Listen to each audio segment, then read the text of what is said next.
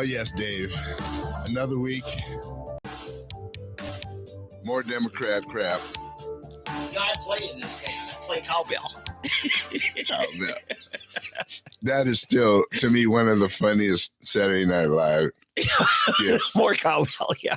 More cowbell. But you know who makes the whole thing is, I can't think of his name right now. Why did I? Oh, he's the comedian. He does Will Ferrell. Will Ferrell, yeah. I think it's the actor. What's his name? Oh yeah. In fact, I just saw him last night. Oh, what is his name? I can't think of it. I need more cowbell. We need more cowbell. Yeah, but what really makes it funny is Will Ferrell, and he's jumping all around. His belly sticking. Yeah, belly's out. He turns around his rear and he's and over the hill rocker. Yeah. Yep. But you know, it's funny. I think that skit revived that song. Yeah. It's what is it? Here Comes the Reaper. Is that right? Or something to the Reaper? Yeah. It's. I mean, I love the song. I think it's got such a. Christopher Walken. Yeah, Christopher Walken. Yeah. Speaking of that, yeah, he's in this new. There's a new show on Hulu. Mm-hmm. I'm sorry. No. I'm sorry. It's Apple TV. Mm-hmm. It's called Severance, and Christopher Walken's in it. He. I don't know what's weird. He always plays these bizarre. Oh yeah. Roles. You know. He gets so into his character. Yeah. That you can't help but be just captured by it. But Severance, it's an interesting. We didn't watch it at first, and I saw that it was kind of popular. I was reading some stuff, so we started watching. But you talk about a show slow build. I mean, the first episode, you just. What is this? This is nothing. And then second episode, you know, you get a little more into it, introduce some new characters, and then a little more on the third. And by the season's end, then they stop. It has a cliffhanger at the season's end. Unfortunately, we didn't stop watching it until season 2 is out already. Oh, yeah. So now we get to go on the season because they left. But I'll tell you what the story is about, but it won't. And honestly, you can't spoil this because there's so many different things going on. Mm-hmm. And it's probably one of the best or most well-written shows I've come across because it's got layers, you know, it's so, but anyway, what it is, there's this company, Lumen is the name of the company. And what they've done is to go to work for Lumen, they implant a chip in your brain. But what happens with this chip, you get on an elevator, and when you go down the elevator, by the time you get to where you work, it shuts off your mind, your memory. Oh. And then you only know what's going on while you're in the building. Oh. And then when you go back up the elevator, it switches back and you forget, you don't know anything that you did all day. So imagine that you go to work every day. You don't know what you're doing, what you do at work. You don't have no memory. You don't know who you work with. You don't know anything about it. You just know that I show up at this place every day and then I leave. And when you're underground, when you're in your office space, you have no knowledge. In fact, you don't know if you're married, if you have kids, you don't know if you have a house, you don't know where you live, you don't know anything.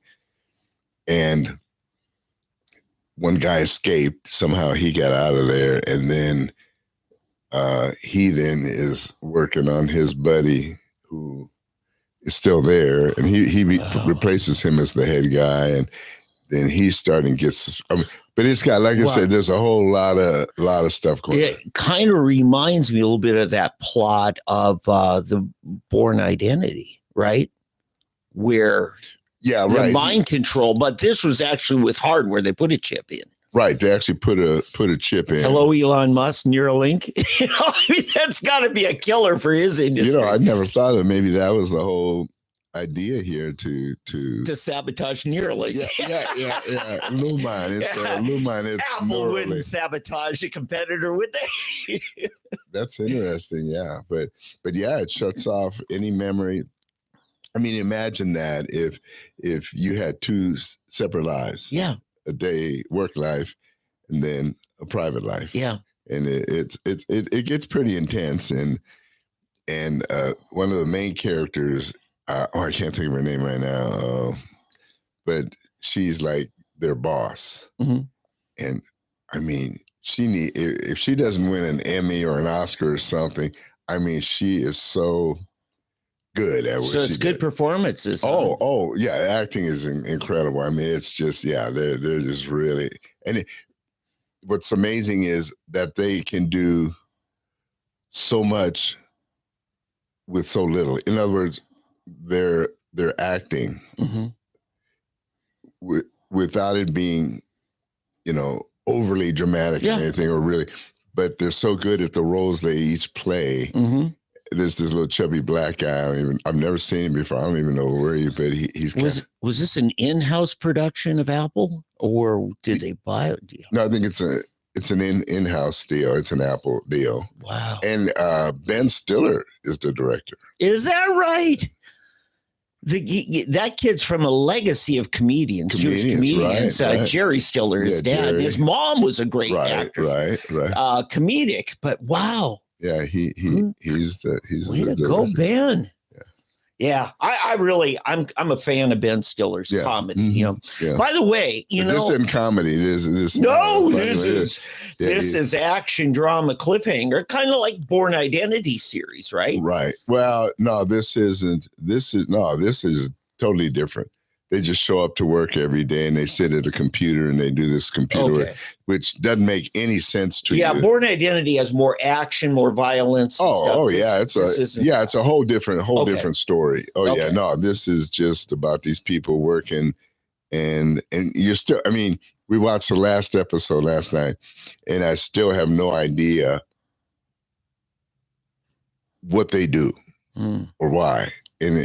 But you get a little bigger taste, and there's a real hook twist at the end, and it's like I said, if you have the tolerance and patience to wade through what seems like the most boring thing you've ever seen. But you know what? You made it through the first two chapters of That Hideous Strength, which those first two chapters about as boring as they get in literature. Yeah, that's true. And that's reading. And that's C.S. Lewis, the genius, right? Right. And it's boring. So it's about a rogue employee trying to escape the... No. It's actually about this company that seeks... They're doing something, and what they do is they obliterate they shut off your day mind, your normal mind, I guess, and give you a new identity and everything. And then... Yeah, they take over your brain. Yeah, take over your brain while you're working, and then they shut it off, and you end up go back to your private life. And so that's what it's about. And like I said, they're in this giant room. There's 4 of them in cubicles. It's like the cubicles, and each 4 people, and they're sitting there, and they just work at this computer with these numbers all day. I thought you said somebody escaped. Yeah, somebody had escaped earlier, and he's trying to get the others, or the main guy, get him to wake up or whatever. And he's just doesn't know what he's talking about. And it just builds from there. So, but the whole thing is just centered around the Walking Dead series. No, wait, it's just them down in this giant room where in the middle of it, you got 4 cubicles with these people working. And then they walk down these halls to another department or something. And it's like, you have to see it to believe it. I mean, it's so well and so different. I can't really describe it. You'll just have to check it out. I tell you, Eddie, this brings up something else. We don't have an episode where you don't bring up some great movie performance.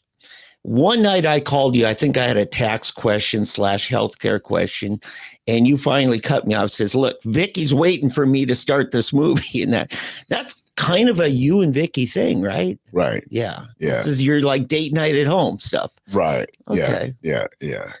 Because I'm like, when does he have time to watch all these movies? Yeah, like a lot of times she has her shows and I have mine. So when she's watching hers, now we have like 4 TVs in the house. It's like a TV in every room.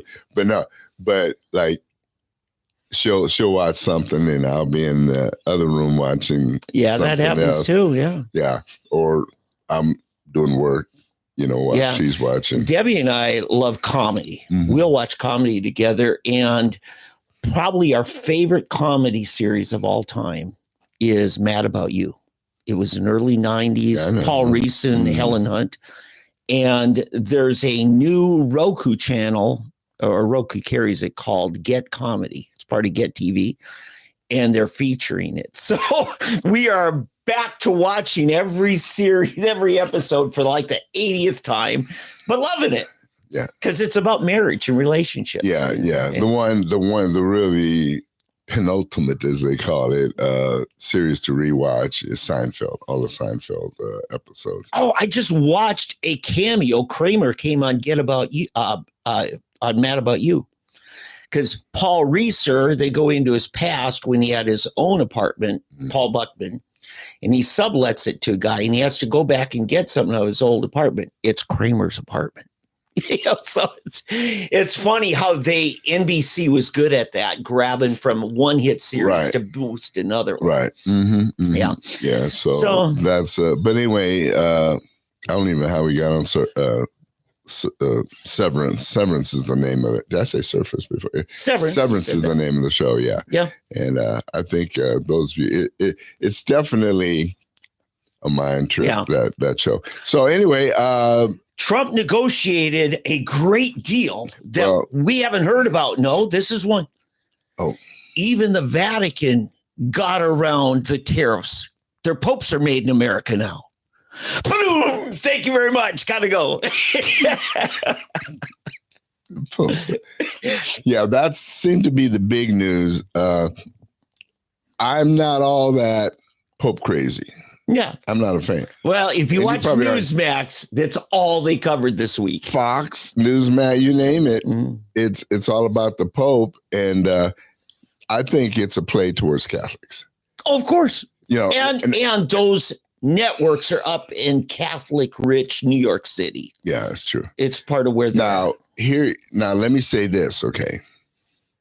It's so weird because you and I are both former Catholics. And I call myself a Catholic plus, actually. But there you go. Now, here's my deal. I spend a lot of time defending the Catholic Church. Sure. Okay. I defend the church itself because I believe if you trace the line all the way from not the apostles, not Peter, but you trace it from Constantinople, Constantine when he converted it, but you trace it through, and the Catholic Church is why we still have Christianity today. Now, so they have a line and they've stuck to that line pretty good. Now, every now and then you'll have somebody that shoot off over here. You get these Argentinian revolutionary or South American revolutionary cardinals and bishops and things that believe in the Viva la Revolucion, and stuff like that, or they get into certain things. But the Jesuits at one time, which is it the Jesuits? What were the ones that went around basically executing people? Yeah, the French Inquisition, I believe, was Jesuits. That was the Jesuits. That's right. Yeah, they were the radicals, the zealots. The zealots, right. And the Franciscans were the more mild-tempered ones. That's right. So anyway, and you got the Benedictine nuns, and you got all these, but the Augustines. Yeah. But overall, the church has stayed true to the Word of God. Okay. Now I'm not saying they're perfect and everything. I don't agree with everything, but they have kind of kept things straight. And then you had the offshoot with the Protestantism, but here's what's funny. While the Catholic Church has pretty much kept its theology, religion, its doctrine, pretty much straight in line with strays.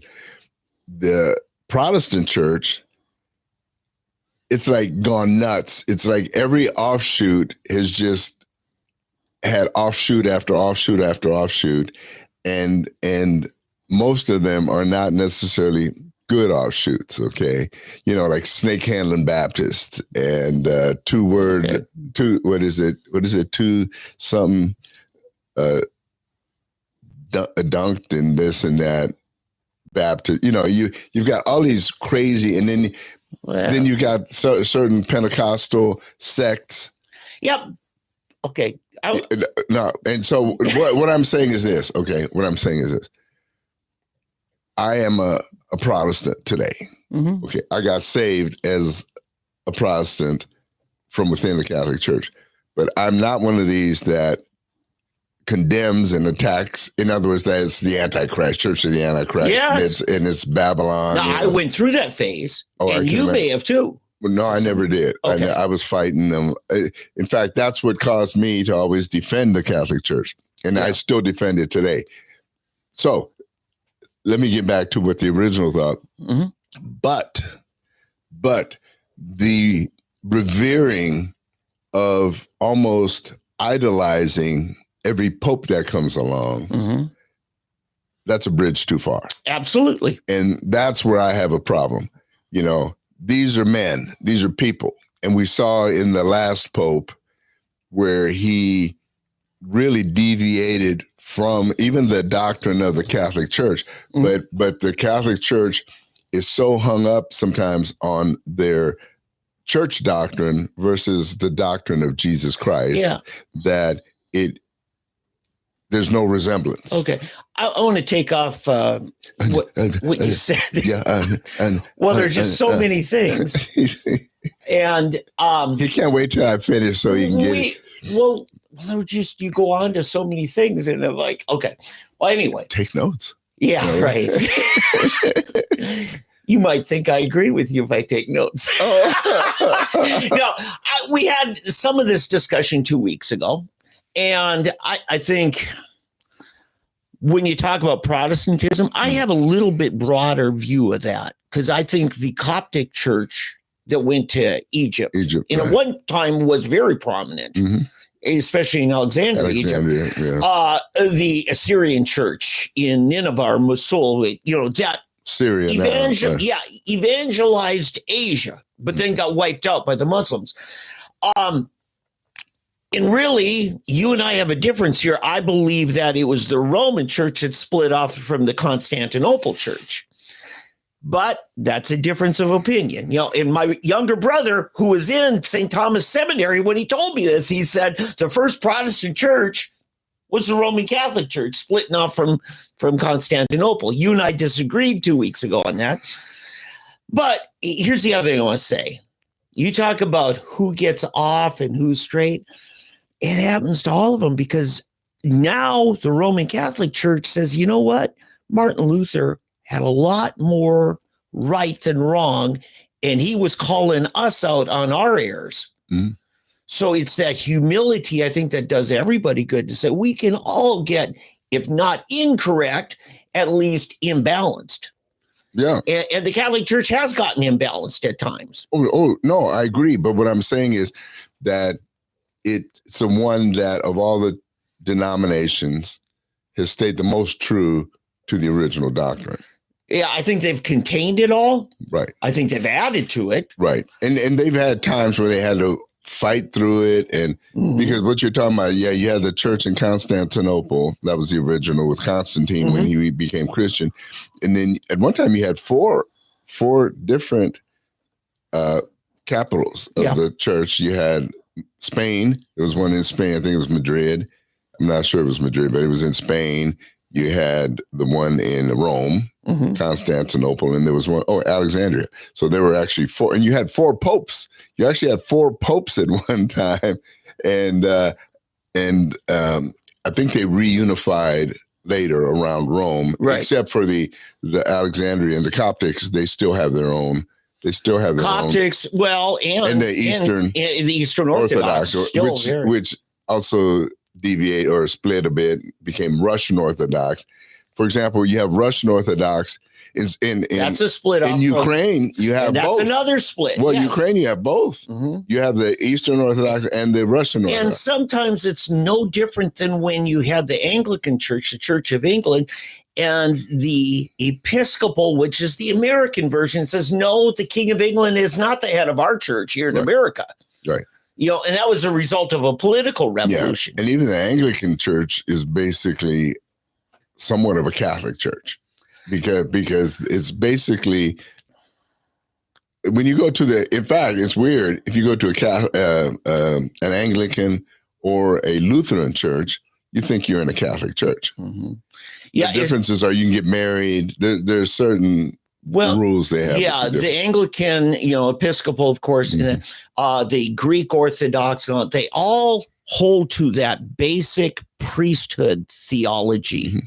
And a mutual friend of yours of mine, David Fowler, one time pointed out to me better than anyone. He said the Constantine model that supplanted the early New Testament church, that set up this priesthood that had special powers that the rest of us had to rely on them for.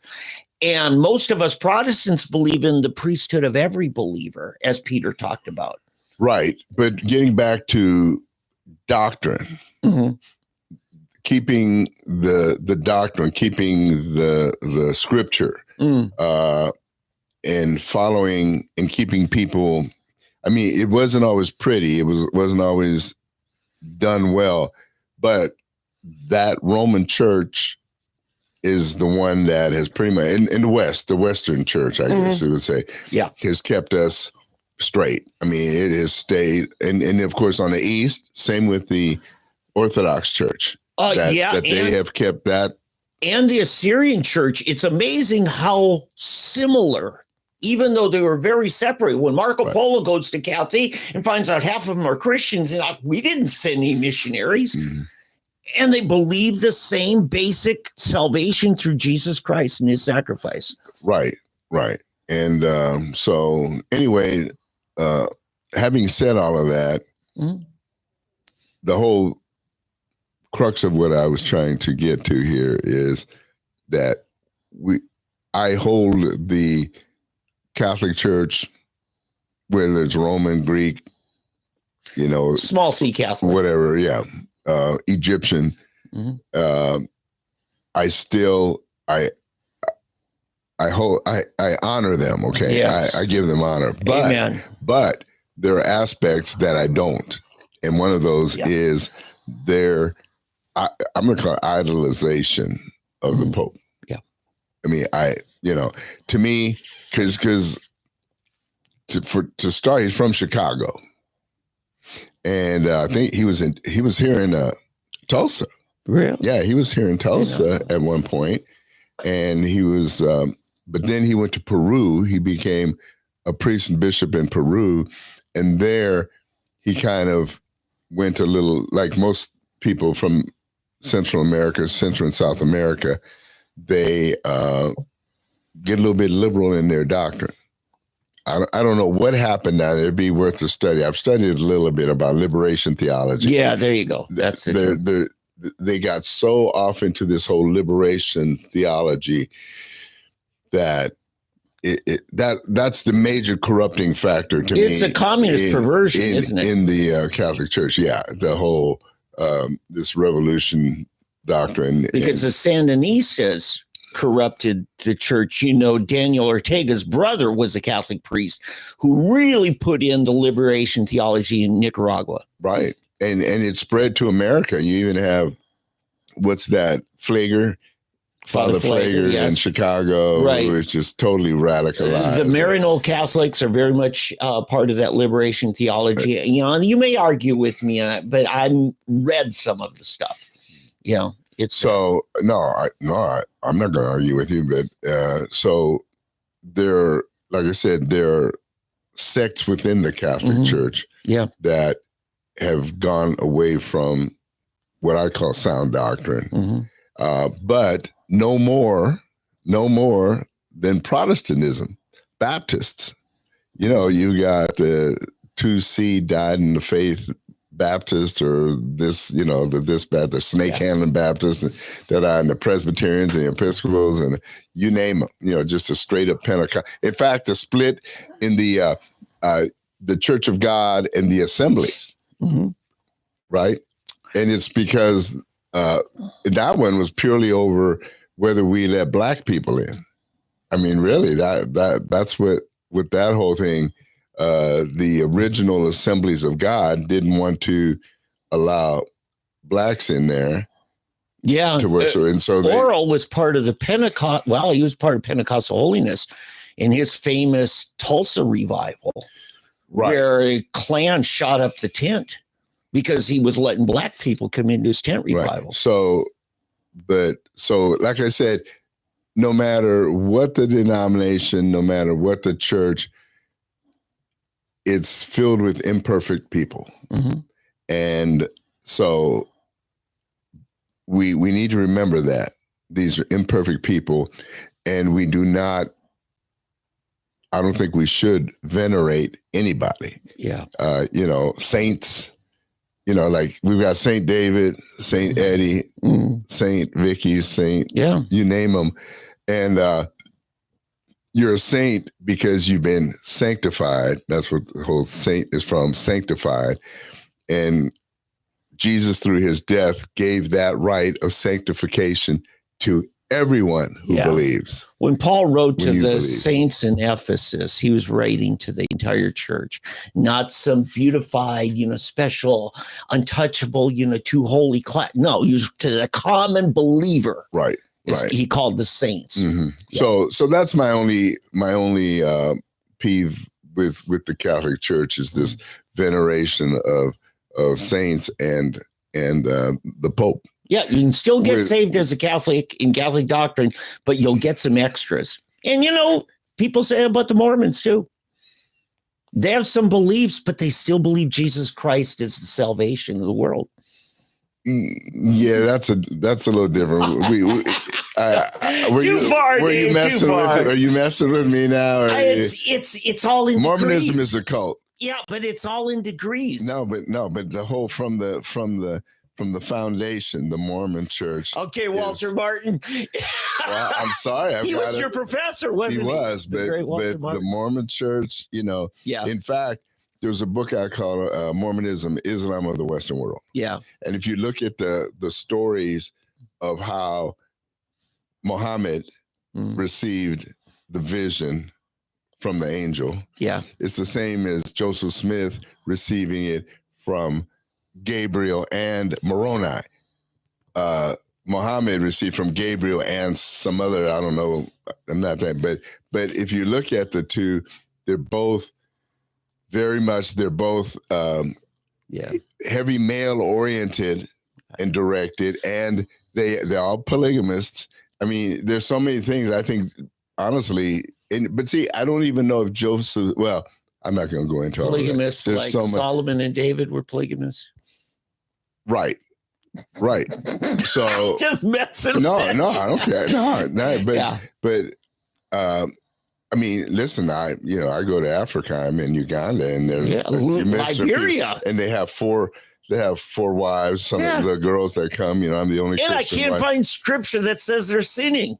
Right, but what I'm saying is, those, if you look at the two faiths, you won't call them, they're very similar. Islam and Mormonism are very similar, and they come. What is that law, that legal term about the? It's a legal term that talks about something from the fruit of a poison tree. Are you familiar with that? Yeah, I wish I could remember how it goes, but Eddie, can you agree with me on this?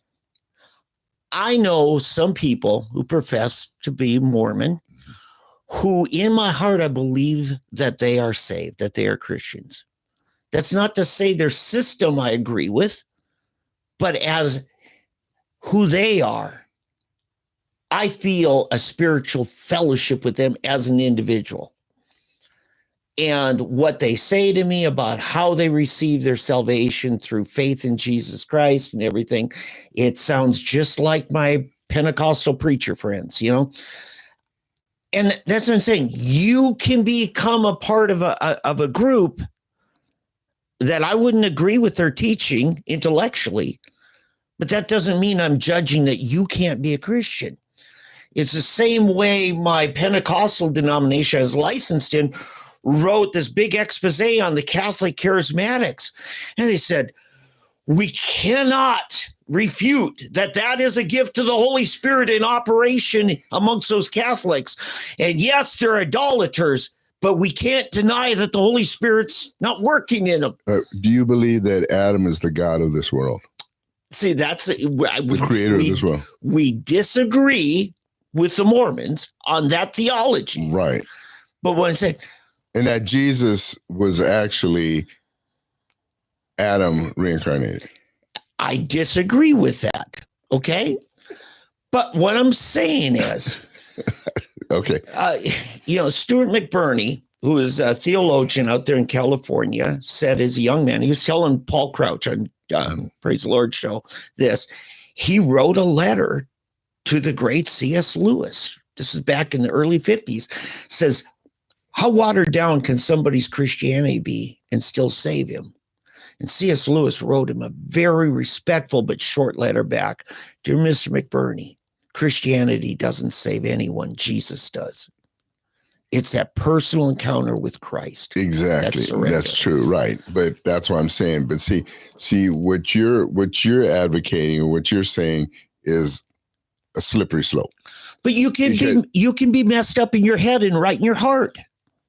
I agree. There are individuals in the bush of Australia, in the bush of Africa, in India, whatever, that may have not been, may never have encountered the true gospel.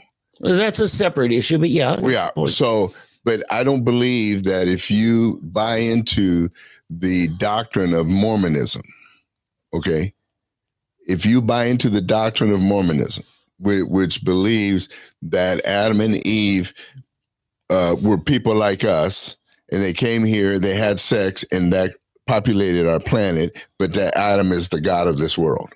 Mm. And that after you die, in fact, they had a saying, as we are, Adam was, as Adam was, or as Adam is, we will one day be. In other words, that's the whole doctrine of the Mormon Church. That. No, wait. No, you don't. Okay. Because what I'm saying is, do you believe that you will go and have sex with your wives and you will be the God of those planets? I disagree with those, number one. Or two, I put it on the shelf because I don't know. Sometimes they're saying things they have no evidence in unrefutable scripture to back it up. It's what you call a gratuitous assertion. It's something they add. The Catholics do it too. We all do it. David, it's the fruit of a poison tree. The whole foundation of the Mormon faith is corrupt. If you buy into it and follow it, you're not following Jesus. Right. But my point to all this, Eddie, is I have bought into a number of beliefs that I've since had to back out of. Well, that's your problem. Because and you said the one right thing, and that is you backed out of. Yes. Okay. Once you're baptized into, or what they call sealed in the temple, until you reject it and back out, you haven't backed out. I mean, you're not. Then you're no longer an innocent, ignorant person. Okay. And by ignorant, I mean lacking knowledge. That's all. The only advice I have on this is, like Paul says, be renewed by the transforming of your minds. That is a perpetual, endless process. Okay. We are constantly learning and have our minds renewed. We are never attained. We're on our pilgrimage, our journey. I agree. And sometimes we go down a wrong road and we correct ourselves and come back. Yeah, we're talking about two different things. Yeah. I'm talking about people that never corrected anything. These are Mormons to the core. They believe in the Pearl of Great Price, the Book of Mormon, and the Bible. There are 3 books in the Mormon religion that you follow. 3 books. We follow one. I say that it's going down an incorrect path, but I leave it to God to judge their individual souls.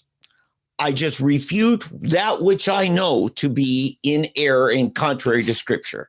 I agree, sure. But at the same time, we're not talking about the individual. We're talking about the faith, the religion of Mormonism. Good point. Okay. Yep. Good Obviously, there's Africans that I deal with in Uganda, Kenya, Sudan, that we will see in heaven.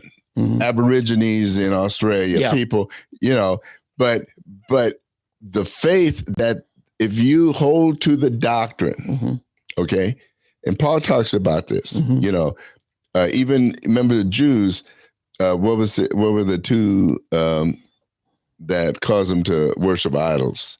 And Paul talks about they were condemned because they followed the teaching of these two guys in the Exodus. Yeah, I agree. Right. I agree. So, but that's what I'm saying. I have to draw a line, just as, there's certain Christian denominations that I believe those people are cultic and out of line too. I'm not just I think the organization, yes. Right. Yeah. Yeah. And you get followers, people that believe, and it depends the degree. Bottom line is, what is the core of your faith? In other words, Jesus and his crucifixion, his sacrifice alone is what gives us our salvation. Yes, as C.S. Lewis called mere Christianity, it's a pursuit of the heart, not of the mind. And you have to be careful not to put too much on intellectual, pursuit. It's the heart surrendered to Christ. Exactly. And when you have organizations that corrupt the gospel, whether Jewish, Christian, pseudo-Christian, whatever they are. Like, for example, Vivek. Vivek is Ramaswamy. He holds to he's a Hindu. But it's a certain strain of Hinduism. Monotheistic. They believe in one God. Yeah. And the difference between, like, they call them gods, but they're not gods, which would be angels is what we have. But they believe in one supreme being, and then these other minor gods. And it's, what is it in Psalms where Paul talks about ye are gods? And it's in the Old Testament, actually. Right. Yeah. And so. And Jesus quoted it, so it's not in error. Right. So I don't get hung up on that. I believe that every person has an opportunity to meet God. Okay, wherever they are. He's a just God. But at the same time, there are denominations and organizations and such that corrupt it and will lead you down the wrong path. And that's every one of them is to some degree guilty and hopefully to a large degree repentant. We all screw up. We all get get imbalanced. Okay. All right, but see, you keep making the jump. Yeah, I am doing from the denomination to the individual. Okay. Well, no, in that sense, I was talking about as an organization. Right. Organizations get imbalanced. They sometimes get in error, and you hope they correct themselves. Oh, right. Okay. Yeah. That is true. That is the ultimate thing, that if you've got an organization that starts out, but again, I always think of, it's a legal term, I quoted earlier about fruit from the corrupt tree. Yeah. Okay. Or fruit from a poison tree. And that is what the problem is with many of these cults, as we call them, whether it's Mormonism, Jehovah's Witnesses. There's a bunch. We used to have the Way. It was those 70s cults. Oh, yeah, my God. The 70s cults, the Children of God, all that. Thing. Yeah. Right. And those were all supposed Christian ones. Those weren't even different religions. But anyway, getting back to the original thing, of the Pope. We're not calling him a cult or a Catholic church. And in fact, I say the opposite, that church, it's funny, on the other end, I believe the Catholic Church has been the one stabilizing factor for Christian doctrine throughout the ages. And although within them they've had disputes and arguments and fights, even within battling, like the South American Jesuits fighting with the church over the revolutionary ideas and so forth and different things like that. So, and then of course you had your breakaways, Luther, Calvin, Zwingli. Some that didn't make it, Huss. Yeah. I mean, there's some that they wiped out. They killed, Wycliffe. Yeah.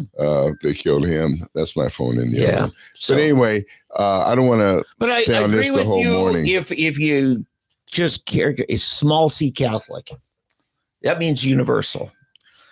The institution of Christ on earth through his many people with different organizations, different unifications, councils, and that. Yes. Right. Right. So anyway, we have a new pope. Yes. And he's tariff-free. The white smoke. Hey, it's a joke. Okay. The white smoke came up and they announced a big surprise. It was the first American pope, although he spent most of his time outside of America, it appears, in South America. Truly a missionary. Right. And in fact, in his acceptance speech, he didn't speak English. He did the whole thing in I think he did in Spanish. Started Latin. Right. And then they applauded when he switched to Spanish, which is very close. It's one of those romantic languages. I barely caught it. Right. I mean, Pope, you could have said something in English, brother. You could have said something. Throw us a bone. Yes. Or when you're done, say adios. Adios, amigos. Yeah. Yeah, it is what it is. So anyway, hey, the House Republicans have finally released their tax plan for Trump's big, beautiful bill. And I'm wondering, what do you think the odds are that it will pass? Here's what's troubling me. If you want to get something done, they always say those first 100 days are crucial, right? But more importantly, with the House, which faces re-election every 2 years, don't put it off for the election year. They're just too scared. Right. I'm hearing, and Mark Wayne Mullins said it yesterday, there's a handful of them that said, we got elections coming up. And he said, really? We just had an election. Yeah, right. If we can't do it this year, we never will. Right. We're a year and a half away from elections. Yeah. Now, this happened in Trump's first term on the healthcare thing. He wanted to dismantle Obamacare. Paul Ryan and a bunch of rhinos would not let him do it. You know, we're not out of the woods. No. So it's, now here's what's interesting to me. He wants to enshrine his tax cuts, but he's also now proposing raising taxes on the upper 1%, I think is the term they use. Right. The 1%. So I think what he's doing there is playing to the Democrats complaining all the time about the 1%. And what it does, it puts the Democrats in a bind because it backs them into a corner.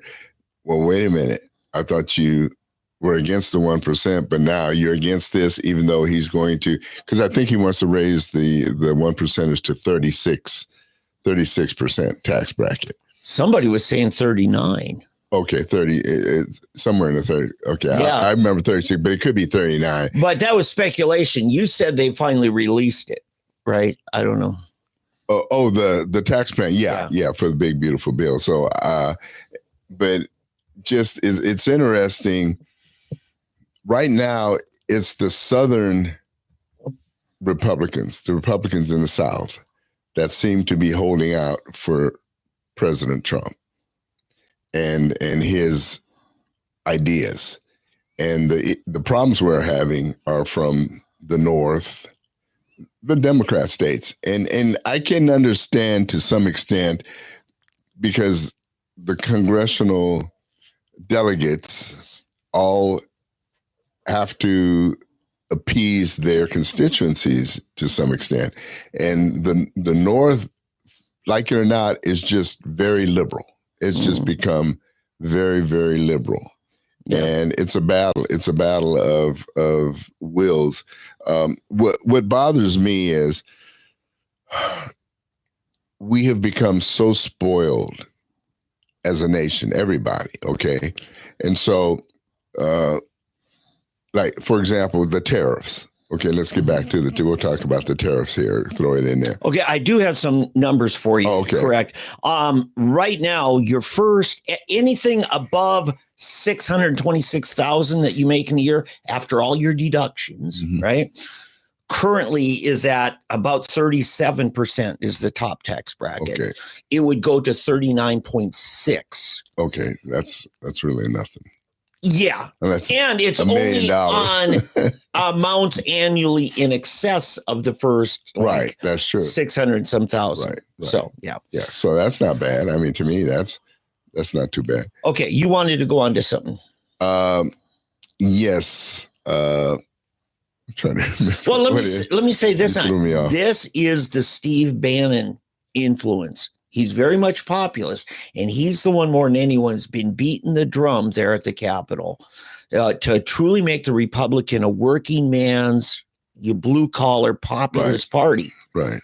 And because we lost the 1%ers, they're all voting Democrat. And it's like, why kowtow them? They aren't supporting us. We might as well tax them. So if they like taxes so much, we'll and there's not enough ballots in that group to sway any election. Yeah, so that's true. So I think I was talking about the Southern versus the Northern Republicans. Okay. And just the whole idea of the whole nation where for some reason these northern states have pretty much become blue states.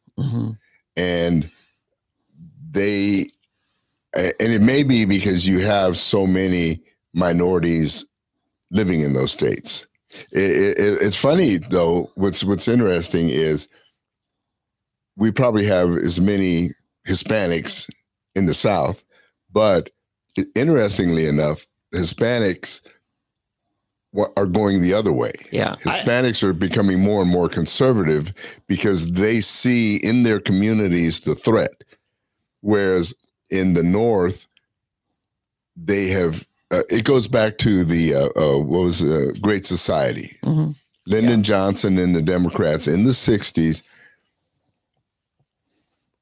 for lack of a better term, re-enslaved the Black community.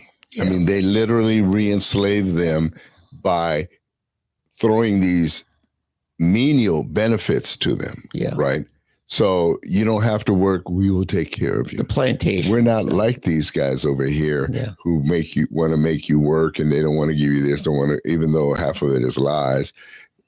We will take care of you. You don't have to work. You don't have to strive. You don't have to do anything. You just vote for us so that we can make sure we can keep sending you that minimal check.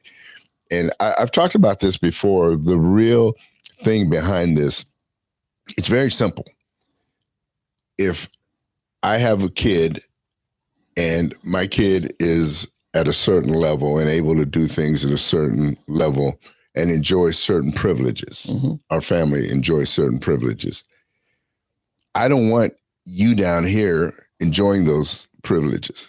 So the easiest way for me to keep your children from competing with my children is to convince you and them that we will take care of them. They don't have to fight and struggle to compete with mine. And I remove them from the competition. And that is about as complicated as this is. They have convinced the Black community and much of the Hispanic community and others, and basically the working class, that you don't have to fight, strive, work hard.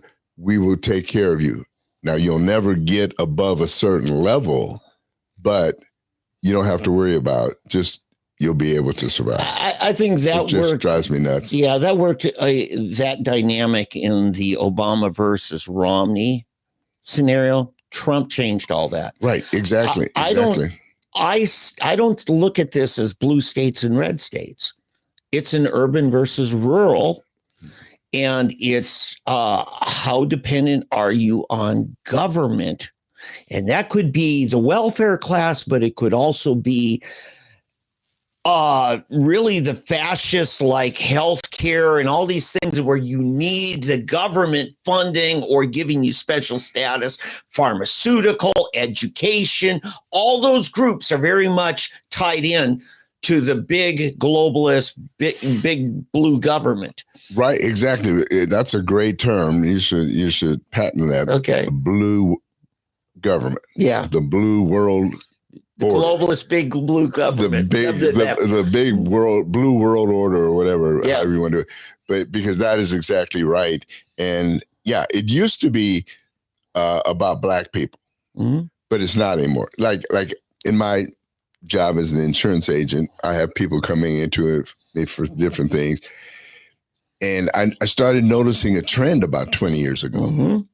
And, you know, we always talk about, when you talk about a welfare mother, okay, or welfare father, what's the first thing in your mind? You think of a Black person. Yeah. Right. Inner city. Yeah. They were the stereotype, but the majority were white, weren't they? Well, yeah, but it's bigger than that. Okay. You got a different class. And I don't know if it was during, I think it was before Obama. Actually, it might have happened under Clinton. They introduced the whole disabilities where they will pay you for disabilities. And so I call disability income white man's welfare.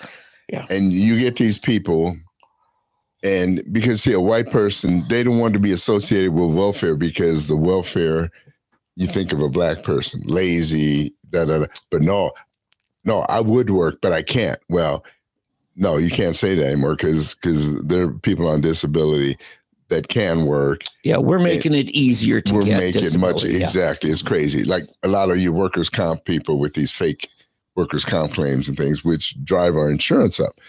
So you have two different groups now that you're dealing with the welfare group, but you're dealing with a disability group, and which I call white man's welfare. And welfare is more of a Black or let's put minority thing. For example, aliens coming in, they can be here somewhere and they qualify for welfare, and free medical and this and this and this. Oh, yeah. So it's eating our country alive. We have got to deal with it, but we've got to deal with it across the board. And it's a mental thing. We've got to re-energize that work ethic that we have in America. We have to energize that and I think that's what Trump is doing, bringing a lot of our businesses back. And the second part of that, he needs to start cutting off some of these social programs. Yeah, I think I want to just drill a little deeper on this ethnic part, Black men particularly, because the Democrats are losing them fast, right? I think it's the wokeness that they weren't going to have any of, the political correctness. The Black man didn't want anything to do with. I listened this week to Charles Barkley finally figure it out that men shouldn't be playing in the women's division sports. How long does it take you, Charles? He went to LSU. Maybe that's why. Or no, that was Shaquille O'Neal. I don't know. Where did he? He's Auburn. That's right. He was Auburn. Yeah, but how many people in media that were so cowardly, they're only now figuring it out? And I'm talking Stephen Smith, too, who right now looks like he's going to get involved in politics. I guarantee you he's not going to get there with a wokeness theology. No, he ain't going to have any of that because his base, Black men, it's not just that. I appreciate what he has to say. But the wokeness is the death of the left Democrat Party. It is. And you talk about Black men waking up and voting a lot more significantly for Trump and Republicans than before. But really, the crux of it is the women that have done this. And not that they had help. Let's put it that. The Democrat Party has empowered women and women that are in low income situations.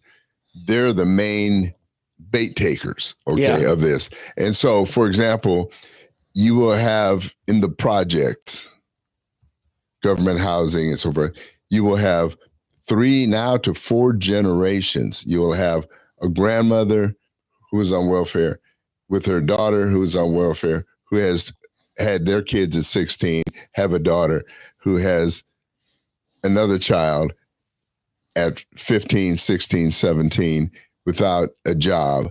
And they have figured out that this is a way of an income. It's almost a new job category. Yeah. To become a baby mama. And I know I'm sounding horrible, but I hate to tell you, it's the truth. It doesn't get any more complicated than that. And it's really sad. It's a tragedy that we have allowed an entire community to become that way, because we will pay the women more if they're single than we are paying married couples. You're looking at a picture, the newest statue in Times Square. It's a black mama. Is it really? Yeah, it's a fictitious person. But this is New York City setting up some idol monument. Yes, to what? Everything she embodies and stands for. Which is not pretty. I know it. Right. And everybody's trying like, what the heck? Mayor Adams, what were you thinking? Yeah, it's not a pretty deal. The good news is, here's the good news. More and more, as the black man woke up, more and more women are waking up to this. Mm-hmm. Eventually, it's a backlash. It's going to happen. You're going to have a generation of young black women rise up that says, this doesn't make any sense. We're not getting anywhere. It's not enough for us to be able to listen to Jasmine Crockett and her BS and sit there and collect a check every month. I've told this story before. I think there was a woman in North Tulsa. I was mentoring her son. Yeah, the soccer. In soccer. Yeah. And a white lady in Jenks managed to convince her to sign him over to her. Mm. Okay, sounds weird, signing him over, but basically she adopted the one son, and when the black mother found out, she didn't even realize what was going on. She became very angry, not because this kid was sleeping in the garage with the pit bull and smelling like he stunk like a dog. And but he was gone. So what does this black mother do? She gets pregnant again. Mm-hmm. Had 5 kids, 5 different men, never married to any one of them. And it's that she took her money away. She didn't take her son. She took her money away. And this is a reality that a lot of what we call bleeding heart liberals cannot understand. They can't get their head around this or accept it, that there are people that will they'll bite the hand that feeds them. Yeah, it's about $5,000 in earned income credit after tax. It's a refundable tax credit. Well, not only that, but the monthly, the amount of welfare benefits you get is based on how many, every child you have. That's a good point. I'm just saying, just on your taxes, forget all the welfare programs. Built into the tax code is about $5,000 for every kid you have. This lady's not paying any taxes. She's not working. It's a refundable tax credit. Oh, you're talking about the credit, right? Whether you work, if you don't make them, you're just getting the $5,000. Yeah, well, you fill out your 1040 EZ, they send you $5,000. Right. Now, here's what's funny, that somebody's smart enough to fill out their 1040 EZ and figure out all of these places where they can get the money, but they can't figure out how to get a job. Mm-hmm. And so that it's a tragic thing that we have allowed our country to fall to that state. Yeah, well, this I got to show up and please my boss every day. This I just sign up and I get a check. Right, exactly. What's easier money? And as I said, it's not. It's like every other ill. Mm-hmm. It may start in a minority community, like the drug thing. Remember, you used to talk about going across the tracks. You're going into the prostitution, drugs, and so forth. You used to go to Black community for that. Mm-hmm. Now, it escaped the hood. It escaped the hood, made it to the suburbs, and it's affecting everyone. Yeah. And so, same with the welfare, disability, et cetera, et cetera, et cetera. You've got to deal with it. You got to deal with it, or it will destroy individuals and destroy nations. So anyway, so the big beautiful bill, Dave. Do you think it will eventually? You think it'll pass? Do we have enough votes in the GOP to? Trump is a strong, persuasive person, and I think he'll get it out of the House. Yeah, there you go. And then the Senate's a whole different battle. Right. That's the problem. What is it that makes the Senate so liberal? 6-year terms. Like right now, Lankford, he just got in as mad as we were at him, and then he got worse. And we got to wait, another 4 more years or 3 more years to hold him accountable. And he's doing some things that are just, I'm sorry, they're indefensible. I know. And now, all of a sudden, I don't know if you've noticed, he's starting to try to play to the right again. You better. Yeah. But it's fake. Yeah. Because he'll get elected and he'll go back and do the same thing for the first couple of years. Tom Tillis just killed Trump's top prosecutor in D.C., and it was about to go to a leftist judge. I mean, a horrible judge was going to get to pick a prosecutor. I think that's a huge violation there. When you got judicial branch appointing executive branch. Well, anyway, so Jeanine Pirro stepped up and Trump appointed her, at least interim. Right. And because he needed Tom Tillis, what was he? Alabama Republican, who's a rhino. It's horrible. We've really got some rhinos. What was his problem with Trump's nominee? Because Ed Martin was defending some of those people that walked the velvet ropes in the Capitol on January 6th. If you went in there. Okay, so he's one of these people. He completely bought the Biden lie. It's an insurrection, and everybody who walked in is an insurrectionist. That's Tom Tillis's belief. Yeah, it's disgusting. Yeah, and he still wants to make them pay a price, even after Trump pardoned them all. And Trump, he asked about it. And Trump was really gentle about it, but I think he already was in talks to put Pirro in. Didn't he? Yeah, who's with Fox News, been there a long time. Right. It's interesting. She's been a judge, but to me, she has more the temperament of a prosecutor. When you hear that's a prosecutor talking, not a judge. But anyway, so I don't know. I know the Republicans will not let the tax cuts that Trump did 8 years ago, won't let them expire. We hope not. No, we hope not. That's not going to happen. If it does, there'll be an insurrection. Okay. I'm threatening it. Okay. Yeah. It's, I don't think they will. Yeah. And by the way, it'll be a Republican Party insurrection within cleaning house. Right. Republican Oh, Party. Yeah. Oh, yeah. Yeah. I don't think anybody, even there'll be Democrats, I bet you, that back him on this, because America, a great deal of it is changing. Mm-hmm. People, when it's funny, they always talk about fiscal conservatives. Mm-hmm. It's like everybody is conservative fiscally when it's about giving us the money. Yeah. Now, the liberal part is where it's the money for nothing. Mm-hmm. It's a difference. In other words,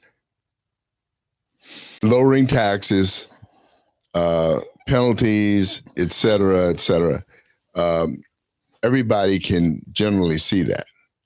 But then you got the other side when you got all the people wanting to give out to places that, but when you do that, you have to get the money from somewhere, right? So you can't keep giving without give me. And that's the dilemma. And that's how the Democrats have been able to, I think, get over on this, because they're heavy on the give you.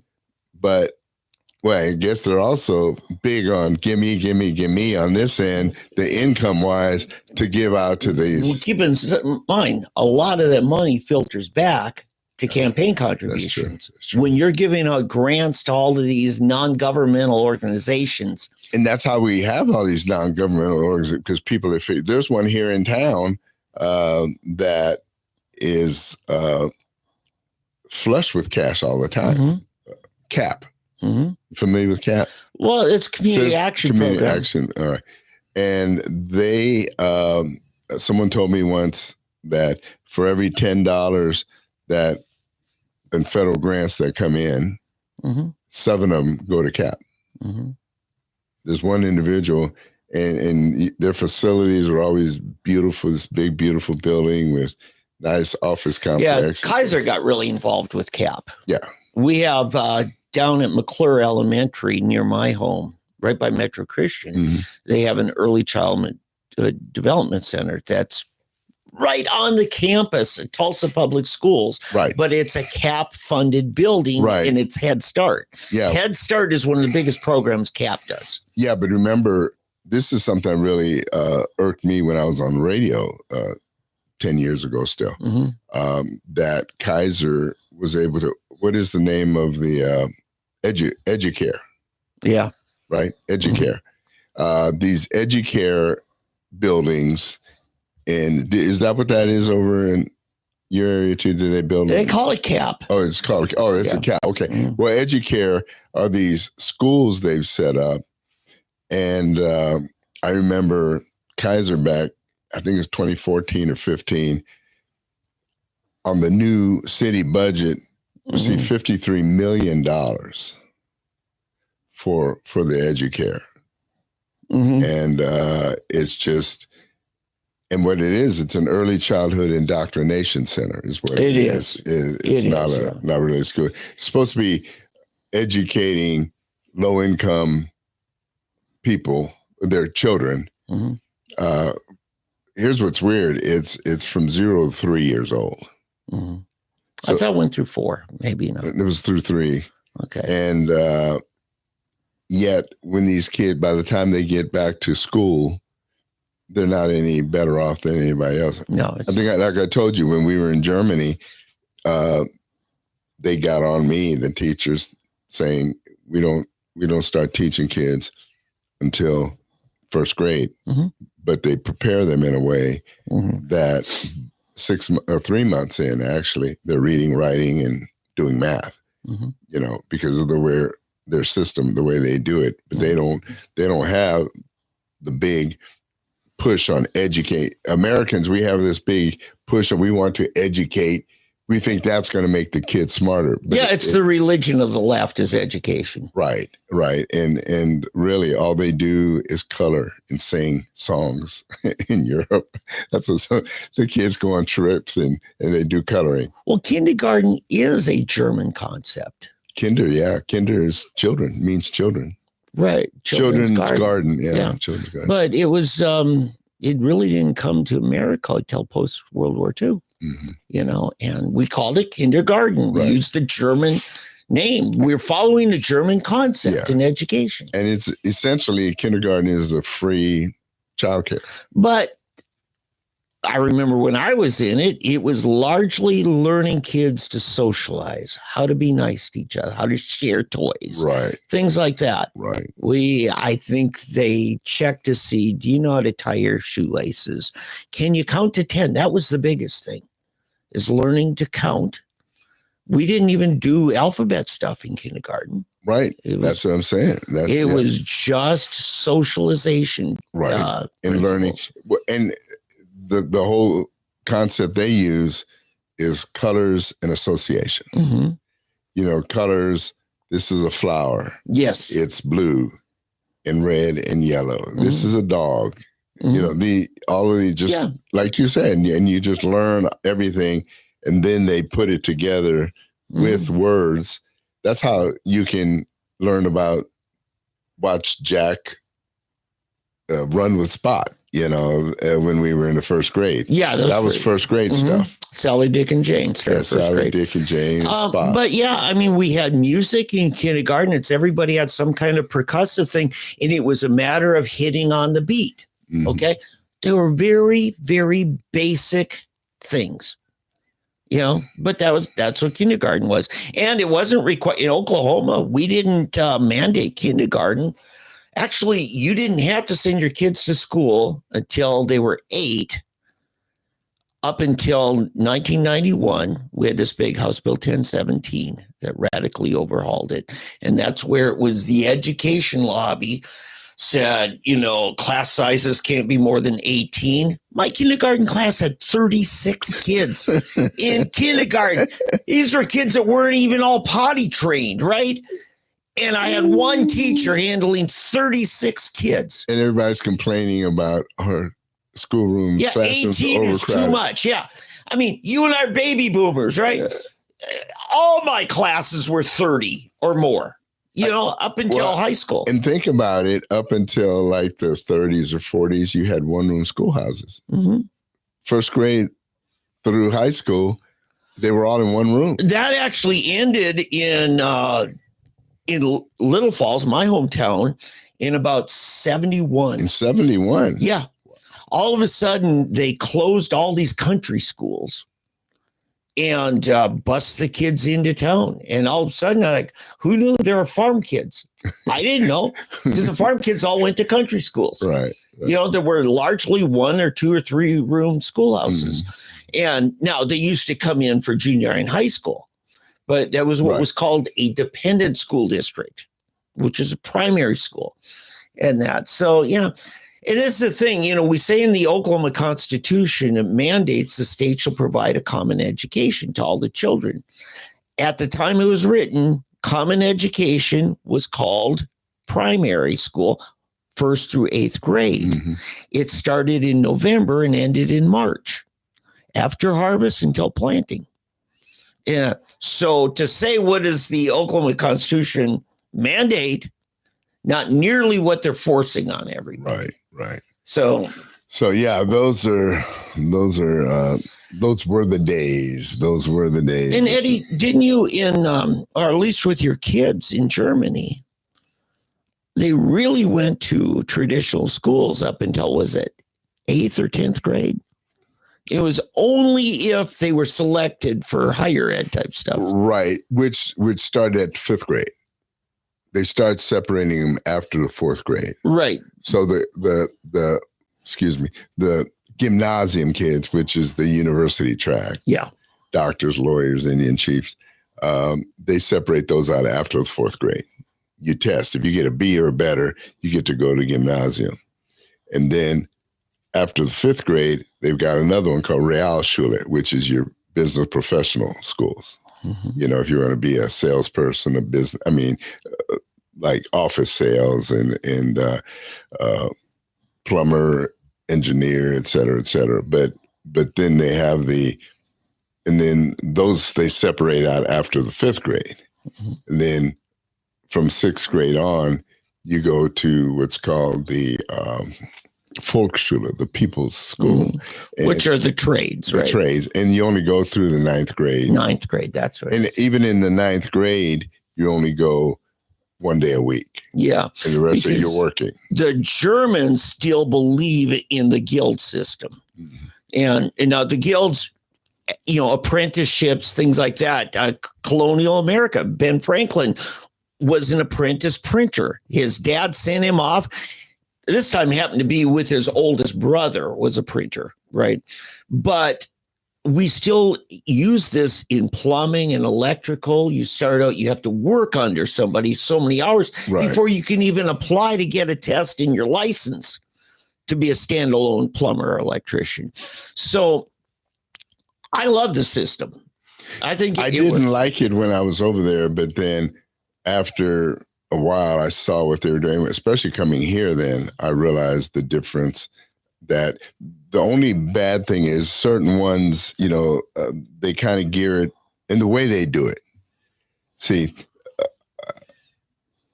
for example, if you're Dave and you're a laborer, you do home repairs and remodeling, et cetera, but you're a laborer. I'm a professional. I'm a business professional because I'm an agent. So the teachers will treat your child differently than they will mine. And if you got somebody that's a lawyer or a doctor, that's the class system. They treat them even differently. Yeah. And so, as I've told you all before, that's the British aristocratic kind of well-bred. Well, he's well-bred. European. Don't just European, yeah. But and so that's why I went to the teacher in the 4th grade. It's a good thing I did. It's weird. I was just shocked. You made a huge difference. I was so shocked that when she told me my daughter is doing excellent, she's doing great, I said, good, because she has to be ready to go to university when we come to America. And she said, oh, well, she's not doing that well. I'm sitting there, well, wait a minute. I didn't know there were different levels of excellent, because just a second ago, she's doing great, she's excellent. And then next thing, oh, she's not doing that good, and basically, and she said, your daughter is not, she literally let this come out of her mouth, that your daughter is not university material. Okay, let me ask this. She actually said that. Yeah, but now there's a couple things. Dad's half Black. Dad's a minister, right? Because you were serving over there as a minister at the time.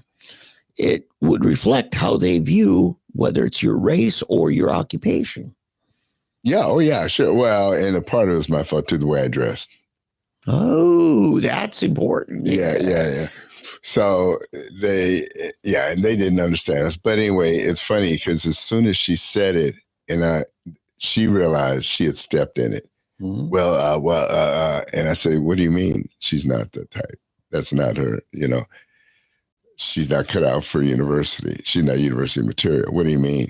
And she just turned red and realized that she screwed up by letting the cat out of the bag. Well, let me ask this. But let me say too, to her credit, after that, because I told her, I said, wait a minute, you're not paid to determine what material these children are.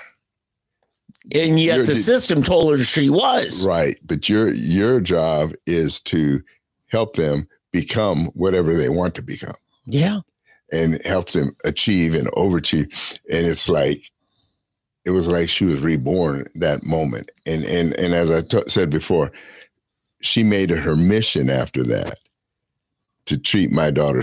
My daughter ended up babysitting her for her. She would take her after school shopping with her, and they would talk, and she pushed. And all of a sudden, my daughter, next thing you know, she's able to go to the higher level school. Yeah, but did they have just certain amount of slots open? No, it's not. It's not about slots. It's just about. Because I can see that if they're only allowed to send so many into this classification. No, it's just a purely biased system where they look at you if you're a doctor's child, a insurance agent's child, or some big manager at something child, that you're going to get seen that way, and they're going to push you to be at least at the level of your parents. So would you say she's a victim of the soft bigotry of low expectations? Yes. Yeah, okay. Yes. Yes. Go. That fits exactly. Yes. That's what it is. Yep. Soft bigotry of low expectations. Yeah. Hey, so apparently Democrats are not happy. Biden, has been out speaking, and he's been out a little bit. Yeah, that's gone well, hasn't it? And the Democrats are upset because he's reminding them. Oh, he's rubbing their nose. Oh, yeah. He doesn't think he is. No, but he's reminding them, and then he's still doing the same, still having gaffes. Yeah. And he's still just as, unfit for the job as he was before, but he's out there. And what it's doing, it's reminding everybody in America why they voted for Trump. Yeah. And that's why they're mad, because we're working on it to try to get people to forget why they voted for Trump and look at him and criticize him, but you're not helping. So. Go away, Joe. That's really what they're wanting to say. They won't say it. No, it's funny. It's funny. It's the women on The View that they're the ones that gave him the platform. Yeah. So it's crazy. Yeah. One other thing I want to make. People are also upset. Some are over Melania Trump and honoring Barbara Bush. Which is weird to me. Why, people, I don't know what's wrong with people today. Barbara Bush was one of the most beloved first ladies ever.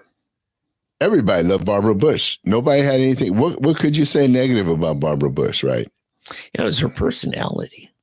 It wasn't that she was just some Jackie Onassis fancy model. Even Nancy Reagan, classed her in so many ways like that. Yeah. Former actress in Hollywood. But she just was a no-nonsense, sharp woman who really could talk to you on any subject. Yeah. And she was kind of like Mom, or Aunt Betty or something like that. And she was just, she didn't get involved in stuff. She stayed back and people loved her. And now because Melania unveiled the new stamp, there's a new stamp, a Barbara Bush stamp, which is kind of interesting. How many first ladies do you see on stamps? Yeah. You know what I think that is? I think Trump wants to bury the hatchet with the Bush clan. I'm reading into it a lot. I know I am. No, that could very well be it. But on the other hand, to have Melania do it could be aggravating the Bush family. I don't know. See, I'm still trying to figure out where they all stand. And what's interesting is that what's his name? Not George's. What's his brother? The one that Jeb. Jeb, yeah. I have not heard a word from Jeb. Right. In 8 years. Right. Which I have to say, to me, that's character. He is being a man about his defeat and the way he was treated by Donald Trump. He was raised that way. His dad was that way. His grandfather, Prescott, was that way. But then George has been the one who's vocally been attacking and opposed to Bush. By most standards, I think George thinks he's holding back. Oh, really? Oh, that's. See, George W. has more to defend. It's more recent. It's 8 years of presidency, and Trump went after the whole, Middle East wars. That's true. That is true. That is true. I didn't think of that. But the way, but the savagery of Trump going after Jeb, the way he went after him, and the other, and two of Trump's greatest allies now. He went after Marco. And he went after Rand Paul. He says, because there's a lot I could pick on, Rand. Yeah, and Cruz. He has some real issue, but those two have really come to his aid. They actually have been two of the people that have been the most supportive. Yeah, they have an incentive. Because they're currently involved in setting policy. Right. They're in office. Right. But they still could have been, like Cruz. Well, both of them are in Senate. So they both could have voted against anything he proposed and worked against that first term, it was a slow warming up. Yeah. Well, but no, Marco seemed to turn around right away. So, see, I think Marco Marco, to me, honestly, Marco Polo, no,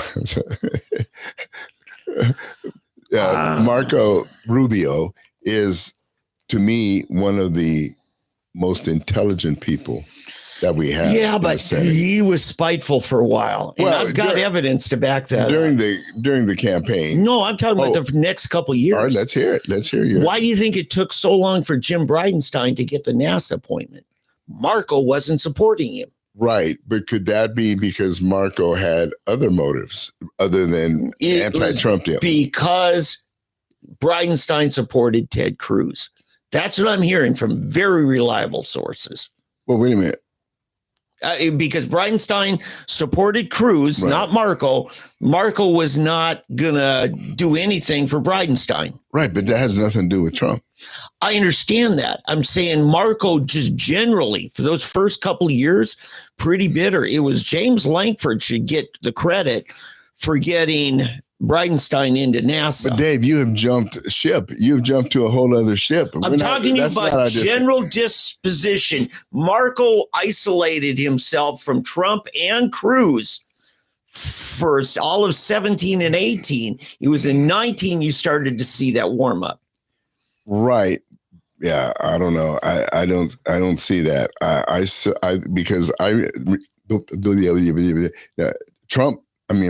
Marco seemed to warm up to Trump early on, even before everybody else.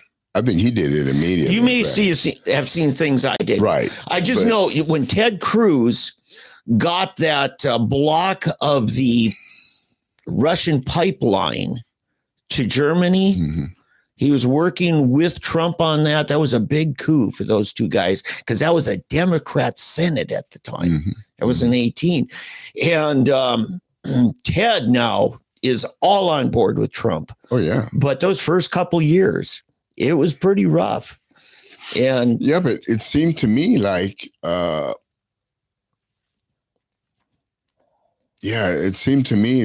it was earlier than that. When did Ted get reelected? 18. Right. So, and Trump was already, which was 2 years, and where they were started in 17. So, yeah. But he got Trump to defend him. Yeah, and Bannon was a big part of that too, because Bannon came out of the White House and he said, we're going to primary all of them, all the Republicans except Ted Cruz. And that signaled to Cruz. But Trump came to bat for him. Right.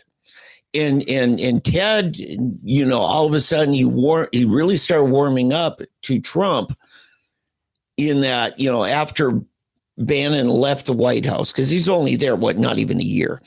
But so there was a warm-up process. I think you have a little bit different timeline perspective than me, but I think we generally see that transition. Yeah, well, yeah, I saw it as pretty quickly. Yeah. I mean, of course, you got to heal after that, which is so weird. I mean, here's the other side of that, which is really weird, is that these are the guys that Trump attacked so viciously. I mean, I honestly, we've never seen it before like that. No, I mean, it was like incredible, the attack and the personal nature of it, I think is what was so bad. Yet these guys saw it as, this is how you play the game. I think they both learned, actually. Yeah. But then the reverse of that is Ron DeSantis, who comes to Trump to help him win the election for governor of Florida. And then once he's there, he decides to run against him and get him out. That was the stupidest thing that political move that I think I've ever seen in my whole life. And I would be willing to bet that his wife was behind that. That his wife. That's one thing. That's because, but just to show the difference. And I think he killed himself, period. He will never be president. Ron DeSantis will never be, I'm saying it here today, Ron DeSantis will now never be president because the Trump army just will not be able to support him. Well, one of Jeb's close confidant, pretty close, was actually a friend of mine, Senator Don Rubottom, who went down there. He left the Oklahoma Senate to become Marco's chief of staff when Marco became Speaker of the House in Florida. Republicans finally took over. And so many years ago. And Jeb knew Don Rubottom here from Tulsa as clerk of the House then later. But I was sitting at a meeting. We were organizing Phil Graham's presidential campaign in 95. And we're talking about Steve Forbes running. And the way he put it, it's the handlers, the people that stand to make a fortune off of running your campaign. Those are the guys that are selling you on, you need to run, you can win, you can win. They're really looking for a job and they want to exploit your candidacy because they're going to make a ton of money. Yeah, especially if you're self-funded, like a wealthy Forbes family heir, like Steve Forbes was. He had all that money. And so you just got to be careful. And I think DeSantis got sold on something that he deeply regrets. Oh, I'm sure he does. Yeah. And he should. I mean, he should regret it because that was just not a good move to make. You don't bite the hand. I mean, I don't know if you remember in 2016, but he was losing. And I'm sorry, not 2016. What was it? I guess, was it 18? Yeah, it was 18. Mm-hmm. He was losing the election, and then Trump came in and endorsed him and campaigned for him and so forth. And the polls switched. Yes. And he wins. Yeah. And then here you are 2 years later, you're going to take out the guy. It's just not good. Well, manners. The timeline is, keep in mind, he ran again in 22. DeSantis did, and won by a mile. For governor. Yeah, right. For governor. He went from eking it out because it was close in 18, but he really stamped it as this is red country. Florida is now. Right. And that, I think, went to his head too. He thinks, oh, I did this. Trump didn't do this. I did. Right.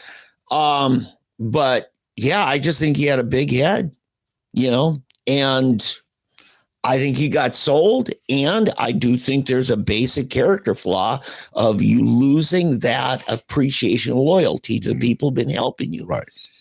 But it's just interesting to me that the person he helps and that should be on his side would do that. Betrayal. It's betrayal to me. Yeah.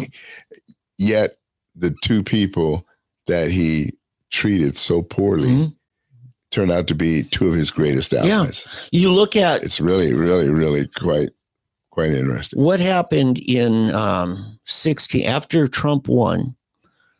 Take a look at Oklahoma. Scott Pruitt becomes head of EPA.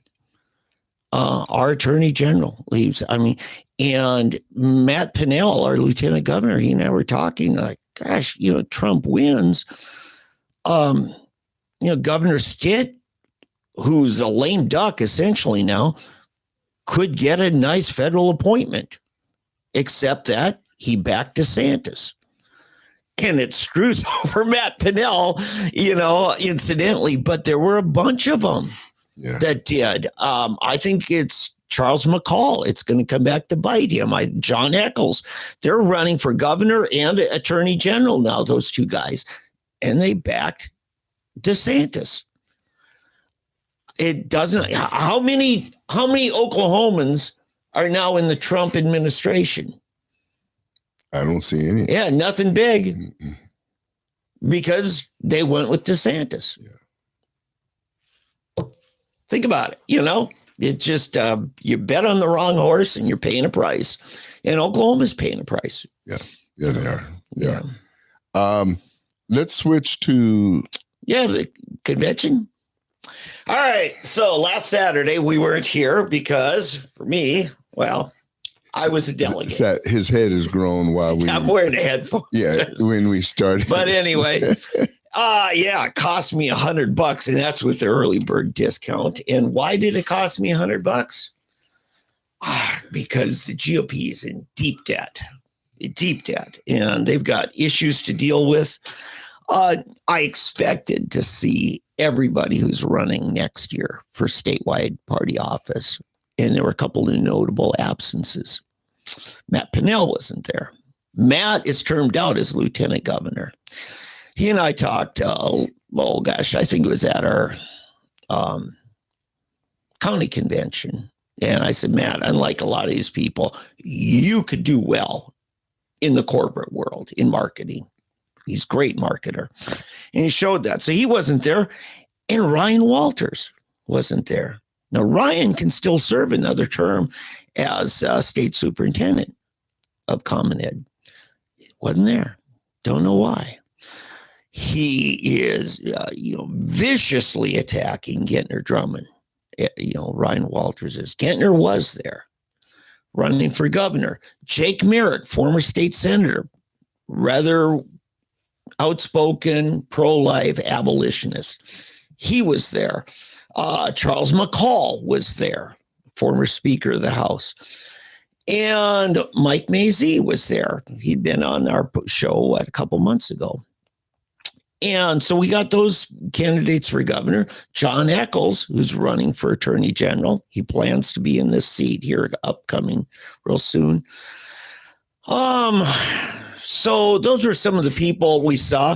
By the way, guy from Tulsa, Hornbeck is his name. I've got his card here somewhere. He's running for Corporation Commission. So I definitely expect to have him in this studio to speak to us. So anyway, the big elephant in the room was the fact that the Federal Government Elections Commission has deemed Oklahoma Republican Party to have violated the law, failed to report, failed to send in payments, and we now are in debt to the federal government about $250,000. And they want it paid off within 2 years. That means we got to come up with like $12,000 a month in payments. Or they could just shut us down like they would any business that doesn't pay taxes.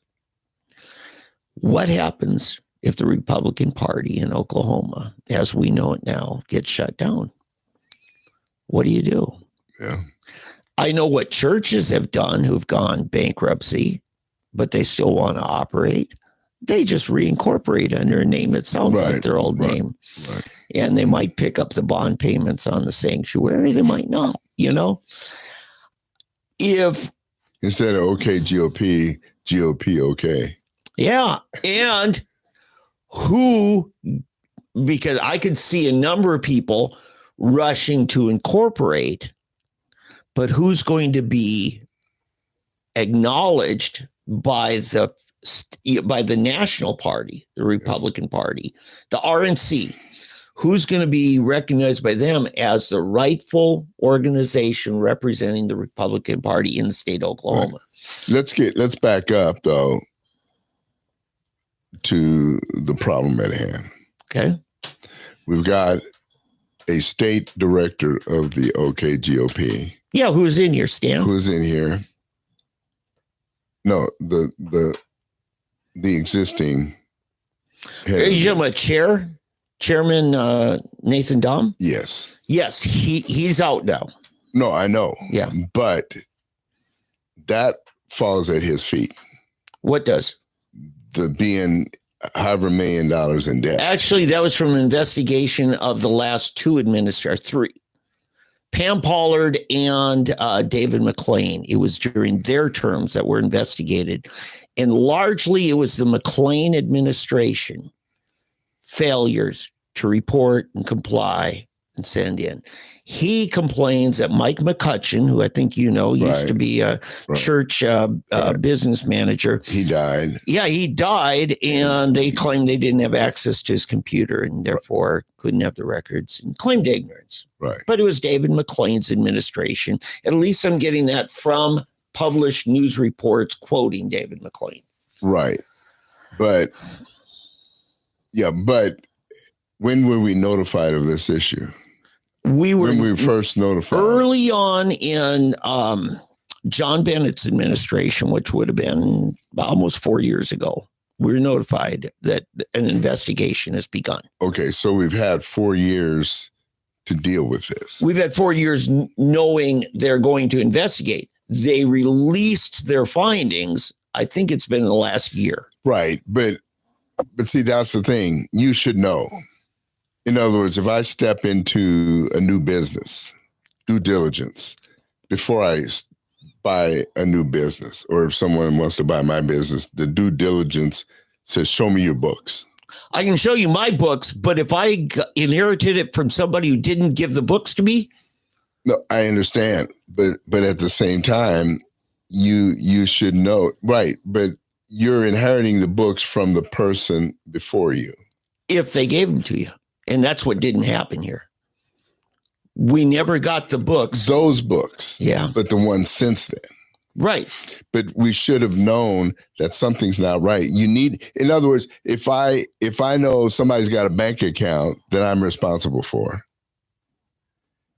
and I've got to figure out a way of getting into the account. Or see, to me, there's a legal way to have been able to get that information, okay, the books, and to find that out. There's some legal way, and then hire somebody, some genius that can break into a computer. I'm saying if they give them to you, but they were never given to the Bennett administration.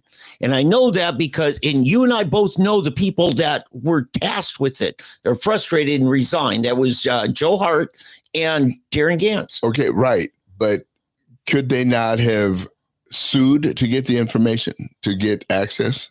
That would have been John Bennett's call and the state party, the state committee, which is a supreme authority. Right. So, yeah. All right. What I'm trying to get at is you can't keep passing the buck. Yeah. If you know something's not right. Right. And I'm saying the state committee has a responsibility. And that's what I'm trying to get at. Mm-hmm. And I'm trying to say the prior one to this, to right now, okay, they had 2 years to deal with this. The one before had, another 2 years? And how many years is this? It's a 2-year term. I mean, no, how long has this been going on? This fine covers things that happen from 18 through 20, I think. Okay, so basically 5 years. 18 through yeah. They investigated that period of time. Right. But so yeah, but what I'm getting at, you've had since 20, you've had, what's that? 3 administrations, or two, let's say, 22, 22, 24. You've had at least 2 administrations of the GOP to deal with this. At some point, somebody needs to step up and say, I've got this and I'm going to do it. I agree. Okay. That's all I'm trying to say. Yeah. Okay. Now, moving on. Who is the new state chairman? Well, last year... Charity, right? Well, let's be careful. Charity Lynch. Right, Charity Lynch. Those of us in Tulsa know Charity Marcus. Right. No, a younger black Charity woman. Lynch, right. But Charity Lynch, who hails from the Bonita area, mm-hmm. Last year we elected her our national committee woman because, we still, the National Republican Party still plays this quota thing. You have to give us one man and one woman, and then your state party chair. You have 3 people in your delegation mm-hmm. that sits on the national oversight. And so Charity Lynch said, you know what? I can run for this, even though I'm holding this office. And even Stan Stevens, who is the opponent, said, evidently the RNC is going to allow this. I did talk to Charity afterwards. She says, I'm not making a commitment. And by the way, she plans to come visit us too. So in studio. But she said, I really think I want to let go of the National Committee woman seat. Well, what is the party will pay your airfare to go to the national meetings if you're the state party chair, but not if you're the committee woman. So, hey, it's real money. And your lodging. Well, anyway, getting back to this. So there was Stan who was running, and for a while, John Bennett was trying to run again. But of course, Major Hendricks came in, asked some questions. Immediately after that, John Bennett resigned. Bennett came and talked to me. He answered some things there. I'm leaving it to John to publicly answer that. I don't want to get off in that rabbit trail now. No, we can return to that. Let's get back to Charity. So Charity is now in charge of the office and answers to the state committee, which is like a 300-member bunch. Every county gets to send 4 delegates, and then there's some other people there. I used to serve on that committee. So, and then Wayne Hill, who we had in here a couple of years ago, he got reelected to vice chair. So that's really the 2 elections that we had. And I will tell you who really, in my mind, is the most powerful person in the Republican Party in Oklahoma is a woman from Coweta named Karen Hardin. I did talk to Karen. She's made a commitment in principle to come into the studio sometime this summer. So we hope to hear from her, because I really think we need to hear in Karen's own words, how you doing this? Why are you doing this? And, how can we be a part of the same team if we agree on these things? And so I'm hoping we get that opportunity. It's funny. I've communicated with her online a few times, and I think I've spoken to her on the phone a couple of times, maybe at least once. Yeah. But other than that, I wouldn't know her if you did a lineup. Okay. I've never met her, and but she sounds like a real go-getter. She is. She did tell me she spent time working. I believe it was in D.C. area. I don't know the capacity. She didn't get into it with me, but she learned some basic principles of political organizing. Yeah. To give you an example, she's credited with having selected a slate of candidates for Tulsa County Republican Party that all got swept into office by a mile. And that was, of course, Melissa Myers, who's been on the show. Brent Van Norman is the vice chair of Tulsa County. Paul Hassing, another one. So we know most of them. So what is Paul's role? State committee man. Oh, he's a state committee. Yes. And so that's an important role. And I encourage Paul to really step it up, because the chairman on paper answers to the state committee. They're the final authority. And so this can work if we actually follow the rules. We just haven't been. The state chair has been running it as a monarchy for several administrations. So after the convention, I went on Facebook on the Sooner Politics group and asked people to rank over the last 20 some years, all of our state party chairs. Tell me which is the best, which is the worst. The best by a mile, 3-1 over the second place, Matt Pinnell. Yeah. And a number of people like Jameson Fott, whose dad was a state rep for a long time, George Fott. Jameson said the real zenith when the Republican Party was at its peak as an organization would have been Gary Jones and Matt Pinnell, that era. Yeah, really I recall. Yeah. And in Tulsa, Don Burdick. Yeah, Don was That's when fantastic. We were at our peak. Fantastic. Right. So, and then asking who's the worst, well, that started a big fight. Nathan Dom's sister said, Natasha says, You shouldn't even be discussing this matter because you know who was picked as the worst, Nathan Dahm. Now, do I think he's the worst? I don't no. No, his predecessor, I think. I would say David McClain, largely because of how many 100,000s do we owe? It may kill the party as we have it organized now. It likely will. What likely may happen is our DC delegation, who back about 8-9 years ago was trying to restructure the party to put the DC delegation in charge of it.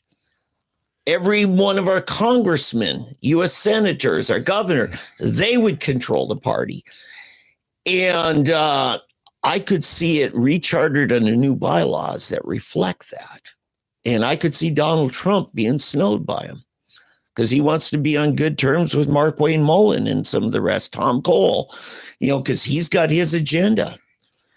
And then it'd be like Don Rubottom warned us. He said, look, in Florida, where I'm at now, you guys wouldn't have any power.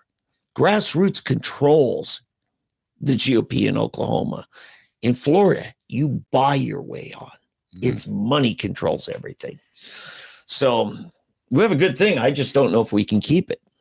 Because that's where you have to get the right people in there with the right gifts. And Eddie, the way I answered Natasha, Dom, and others, I said, look, I bear responsibility for life. Some of these people I recruited, in almost all of them I voted for. So I really, I got to ask myself a lot of these questions. And no, I don't have any tolerance for people like you say, don't talk about this. Don't talk about this. No, we're going to try to learn from it. I will have to say in better news, I attended the first Tulsa GOP executive committee. Yes. Congratulations being asked to serve again on that committee. Thank you. You got kicked off one time in the past. Yeah. We won't talk about that. Okay.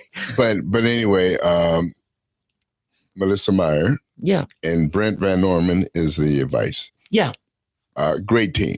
I think so. Brent actually, I think, set it up, and it was well attended. I mean, it was well attended. But the thing that really got me, it's the most diverse group, and I'm not speaking racially. I'm just talking from different branches of the party. Perfect. You've got your conservatives. Yes. And then you got your more progressive Republicans and everything in between.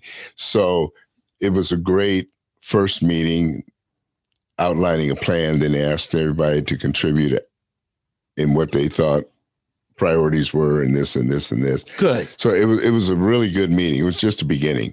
Good. But I think the party in Tulsa is going to become very strong. And it's got the right leadership. It's got the right leadership. So that's exciting just to see. But there were a lot of people I was surprised. I mean, for old school, Terry Simonson was there, and went back there, and Darren Gantz was there. So important. People that you didn't institutional history, right? That have not been involved, but people who are movers and shakers within the party. How about Don Burdick? Don was not there. I didn't see Don. I'd like to see him there. He's a very wise man. Oh yeah. I mean, when the party was under his control, it was it was the best that I can recall. But and I don't know. I don't think Don boycotted. No, I think he just may have had other things. That's true. Yeah. Either that or he wasn't chosen to be on the executive committee. That could be, he may not have been invited or something. Yeah. So I don't know the deal. I haven't spoken to him, but the people who were there, it was very diverse. A lot of people that I didn't even know that were there. So but anyway, I think the Tulsa party is going to be strong in the next couple of years. Yeah. We're going to see some real strength there. And I hope the state party can follow suit. Yeah, I do have some report on that because I spent a lot of time talking to Melissa because there's a lot of downtime at the convention. And then I eating lunch, sat next to Brent Van Norman, really got to know Brent. I did not know he's a practicing attorney right now. That's really what he's doing.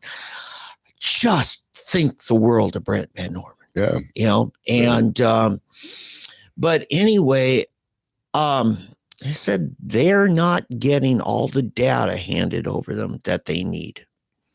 In fact, I was asked to try to intervene because some of the people working with Melissa and her team are really handicapped not having it. Oh, yeah, and sure. They're largely pointing to Bob Jack as a person not giving them what they need. Is there anything that can be done legally? Good question. And you hope. Boy, Brent is a lawyer, so he should know. Yeah. And largely, you don't want to have to go to that. Yeah, no, you don't. And I'll tell you who, from what I'm hearing, this is just rumor, okay, is Terry Simonson has been one of those people that has Bob Jack's respect. Yeah. And they've talked about it. And so I think we're still working some of those channels. Yeah. And I've got a lot of respect for Terry Simonson. He and I butted heads back in the day, back in the 90s when he was chair, but I've grown to respect the man greatly. I really have. He's a wise man. So yeah, for the party to do what it needs to do. Oh, and by the way, Rhonda said, I'll put this way. When Bob Jack handed it over 4 years ago to Rhonda, he said he left her with $31,000 in the bank. I think we have less than half that. It depends, at what point, bank accounts every day are up and down, writing checks and making deposits. So Rhonda benefited from having quite a bit of cash, and I think she went through about half of it. And, but hey, I'd rather be in the black than in the red. Tulsa County's in the black. And I'm going to credit Darren Gantz for a big part of that with his fundraising stuff, and Bob Jack. They really have set up Rhonda for the last 4 years, and now Melissa because of the hard work and fundraising. So, yeah, so that's good. I just, everything's a big question mark. And, as far as where things go, Al Gerhardt was in here, to correct some of Nathan Dom's misstatements when he said that, the courts agreed with the party against Al Gerhardt. He was correct to straighten that out, said, no, the court said we don't have jurisdiction to hear your case. And so, getting back to Nathan Dom, he is working for Freedom Works, and particularly helping the Freedom Works caucus in the Oklahoma State House and State Senate. Shane Jett, Senator Shane Jett, is head over that group for both caucus and both chambers. By the way, Nathan Dom nominated Shane Jett to be chairman of the convention for the proceedings that day. The people threw it out by a 2/3 vote or whatever it was. But no, actually, that was like about a 60-40 vote. I'm telling you, Karen Hardin's power is amazingly strong. And I will say, Eddie, I'm not in that orbit. Yeah, me either. Like I said, I don't know anything. This is news to me. Which made me want to ask, so how do you think she gained all this power? And that's why I want her in on the show, because last year I watched the Tulsa County GOP convention, and they're getting ready for district conventions, which every 4 years that district convention sends delegates directly to the national convention, right? And in fact, I had talked to you, Eddie, at that time. I said, Eddie, we need to select one of our presidential electors. You opted out of it, but David Oldham, longtime friend of mine, and his wife, Lori Gracie, Lori decided she would run for that. And she fully expected to win. She gets there, find out Karen Hardin just ran the tables, and Karen Hardin became the presidential elector. That was the one time Karen ran for something herself. Right. Now, wasn't there an issue that she wasn't supposed to be there or something? At the national convention, I remember there was a big stink about Karen showing up. I don't know that she was selected, but you can go as a guest. Right. But that was if somebody drops out, then the party can appoint a substitute. Right. But no, I think Karen just showed up and Rhonda and that group had a real issue with her being there. It was kind of, I can't remember the exact details, but there was a big stink about Karen showing up at the national convention. Mm-hmm. And, but yeah, if she was selected, then, Well, journalists show up, you can be mad at them. I don't know. If Rhonda has some legitimate argument, I haven't heard it. I'd like to hear it, but I think, Eddie, you and I are both in the same place of we want to learn more about Karen, what she's doing, what it's for, like withhold judgment. Yeah, I'm totally in the dark, not just about Karen Hardin, just in general. I kind of stepped out of the state politics in probably the last 10 years. Well, ever since I was kicked off the executive committee. Yeah, and you weren't the only one. There were some other people that I worked with to bring them back in. And to her credit, Rhonda invited you back in on the executive committee about 4 years ago. Yeah, you're right. Yeah, she did. So she sure did. Yeah. So there's all that going on.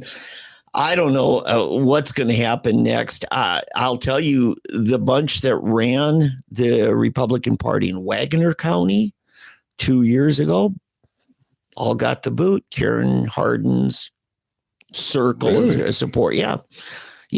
And it was interesting. And I went over to their delegation and I watched some naysayers really bad mouthing Karen over something that I thought was frivolous, but I could be wrong. I don't know. I'm not involved there. That whole bunch. Yeah. And this is the thing, Eddie, you got cliques. And I'm not going to name who is or isn't a clique, but I'm listening to cliques, unnamed cliques, bad-mouthing other cliques who out-clicked them. How much wood can a woodchuck chuck? Yeah. A woodchuck could chuck wood. click. And my warning to some people is, let's learn more about Karen, because if you didn't like Rhonda and the group that she put in power, and because of that you supported Karen, just know, will Karen end up in her circle of supporters be any better at that? Mm-hmm. So far, I'm hearing from you that Melissa really reached out to have inclusivity represented on the executive committee. See, J.B. Alexander did that very well, too. He made sure that everybody was there. In fact, they even added someone when they saw how well I organized the Santorum campaign in 12. Both he and his vice chair says, you know what?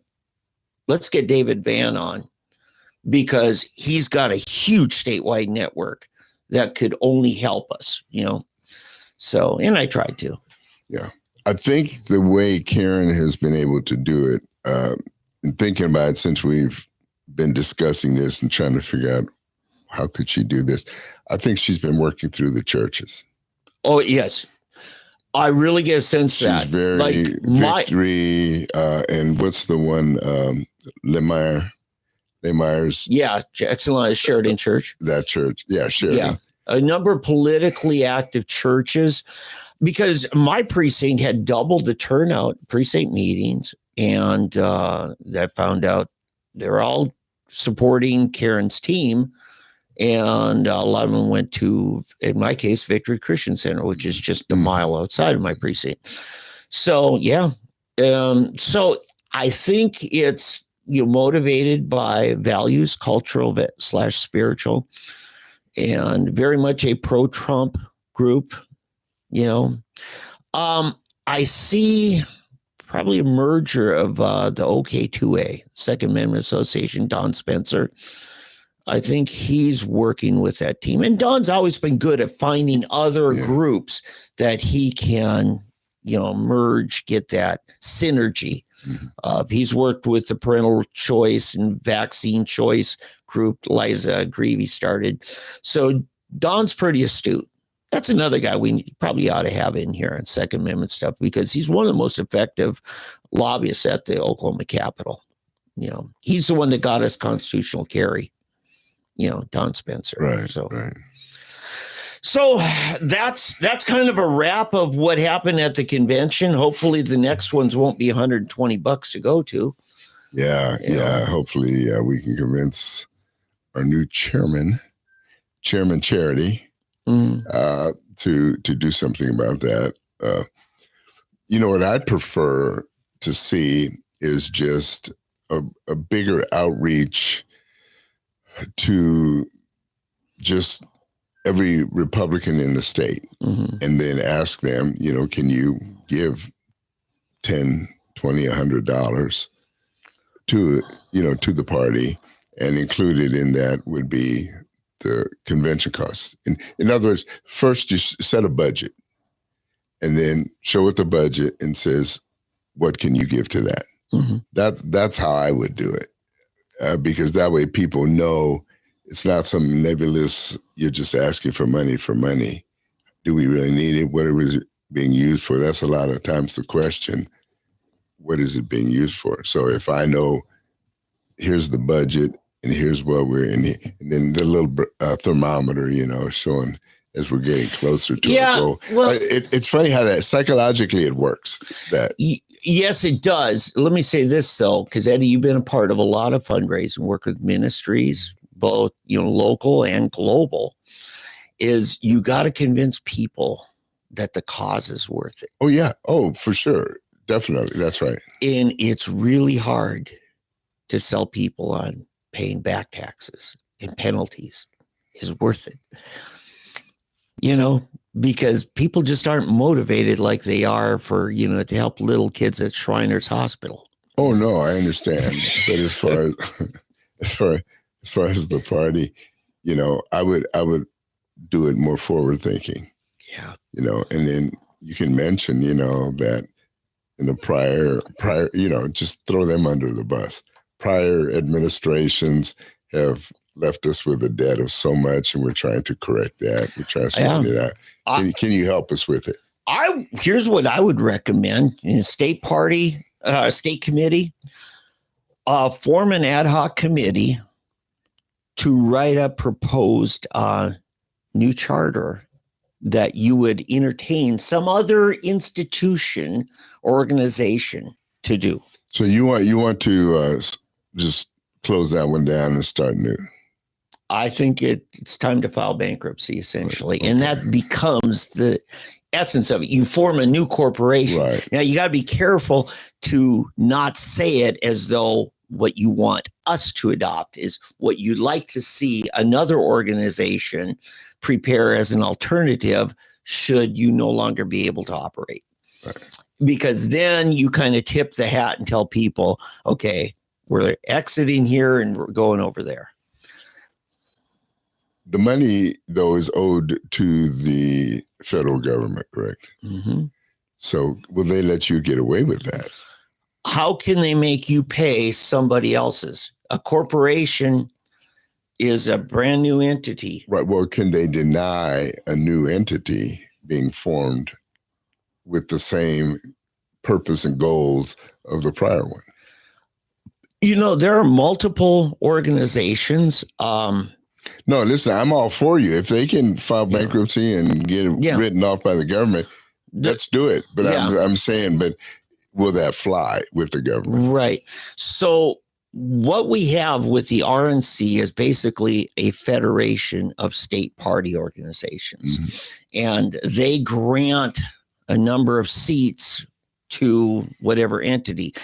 In my home state of Minnesota, the Democrat Party there that they decided to acknowledge, the Democrats, was the Democrat Farmer Labor Organization. It wasn't the only Democrat group at the time, but when they decided to sanction that it is the one that we're working with, everybody kind of moved over into it. So you could do like OK GOP, but do a new one to GOP OK. Yeah, or however you want to name it, because whatever you name it is immaterial. Right. Oh no, I know, but it's the fact that it is the Republican Party in Oklahoma. Okay, right. Yeah. So you could do that, and I actually think it's probably, since it's the inevitable. And you have new leadership anyway, correct? Right. So it'd be established by a new group of people. Right. I mean, the people that, are responsible for us getting these fines some of them are dead, and it's, and really, by all accounts, even, the person who's largely the fingers pointed at is David McLean. And he just says, look, I could not get the records to comply because the guy who's had the computer is dying or dead. Well, yeah, but that's true. I mean, it is true. But that's no excuse at all. Well, from a legal you can't say it's not an excuse at all. It's a lame excuse. It's passing the buck. It is a reason it doesn't excuse him, is what I'm saying. Yeah. Yeah, because if you're in charge, you should be in charge. Now McCutcheon was the chairman before him, right? No, McCutcheon was the chairman of the Republican Party of Tulsa. Right. And he helped David when David was county chair, and then helped him when he was state party chair. McCutcheon retired and moved to Moore, Oklahoma at that time. But McCutcheon told me a good 10 years ago, that he was battling a prostate cancer. It's not an unknown. This wasn't a sudden tragedy that nobody expected. They should have passed the buck or the baton to someone else to run that as treasurer or whatever. Yeah, you didn't have backups. You didn't have safeguards. He was bad management. Right. As far as I can tell. Is there money locked up somewhere? Or is it just... There are people that when I helped John Bennett get in place, taking over for McLean, there are people that John put in charge of finances that have some serious questions. They really didn't want to go to the forefront and say, we need to get a criminal investigation, or we need, some kind of subpoena or something like that. But there are enough questions about money transfers that they did not feel right. And they've told me this in private. I don't have their permission to give their names, but I have questions. That's not an accusation. That is a legitimate question. And I mean, look, the federal government didn't just come up with this out of nowhere. And nobody is saying that it's a sham and it's lawfare and it's persecution or anything like that. Okay. Nathan Dahm didn't say it when it was handed down to him for not things he did, but previous administrations. Right. So it's a problem. Yeah. But yeah, that's again where I come to the point of you had 4 years to deal with this and, try to resolve it some kind of way with the government, but you didn't do it. And one of the ways is to say, look, here's what happened. Tell them the McCutcheon story and this and this and this. How can we? It's like the IRS, okay? People think of the IRS as this evil institution. They're just doing their job. Largely, So what you do, you can go to the IRS and say, hey, listen, I owe you so much. You're right. But I don't have it. You're right. And usually the IRS is they're a lot more lenient than most people would be. It's still one in the hands worth two in the bush, right? Yeah. Yeah. How can we resolve this? Yeah. Now you can pay you got these companies out there that will do it for you, but you're going to pay them X amount, $1,000. There's something in it for them. Yeah. And then they will go to the IRS and do what you could do yourself, actually, So someone should have, and maybe charity can do it or get someone on their behalf, a lawyer, to go to the IRS and say, look, here's what happened. You know it happened. We know it happened. Everybody knows it happened. Sure. We couldn't get a hold of the books. We couldn't do this. And we apologize for our prior administration of this entity. Yep. But we didn't have anything to do with it. We're asking for mercy and show us what we can do. Yeah. Reasonably do. Because right now we don't have any money. And you want an extra, how much you say? Ultimately, a good $250,000 is what they want. Right. So hey, what are we going to do? We can work with you and try to give you something, or we file bankruptcy and you get nothing. Yeah, I know a church pretty well here in the Tulsa metro area that the old preacher got caught up in a marital scandal, infidelity. Mm-hmm. He's gone. They're middle of a building project. It got shut down by OSHA because of dead people falling off scaffolding, and they're millions of dollars in debt, and quit paying the bond payments on it and everything. And the new pastor comes in to take over, works with the board. And they said, best thing we can do is just reorganize under a new corporation. And they went back to the bondholders and said, that lost interest, we're not going back and paying for that the old organization owes you. But from here on out, we're paying you interest in paying off the bonds. And all the bondholders said, well, thank you. We're glad to have something out of it. Right. You know? And it was the best way forward for that church. And that happened a good 15, 20 years ago. And today it's a thriving church. There are some times, and it's written not only in the U.S. Constitution, the principles of bankruptcy, it's written in the Bible, the year of Jubilee, erase debts. It's a chance to start over. Right. So I think that it's a viable option that our state committee should look at. That's where I'm looking at. Yeah. Hey, I got a sports update. Okay, let me just say, Massachusetts is a mess. There's a video here, chaos when ICE tried to arrest illegal aliens that they had, and a crowd, formed and tried to stop them and everything like that. And so they ended up arresting a couple of people. But see, this is it's kind of out of hand. It's organized, and I would say RICO laws need to apply here for organized crime because it happened in Newark, and the mayor of Newark got arrested. Right.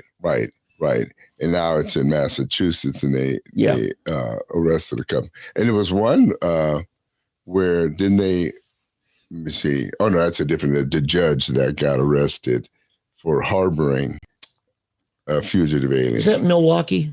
I think it was. It was in Wisconsin. Yeah. It was in Wisconsin. Yeah. And literally helping an alien avoid apprehension. Right. At the courthouse. Right. At the courthouse. Yeah. She was trying to keep them occupied while she was having people hide them and shuffle them out of there. And because actually the Supreme Court of Wisconsin, which is rather leftist now controlled, they removed her from the bench temporarily.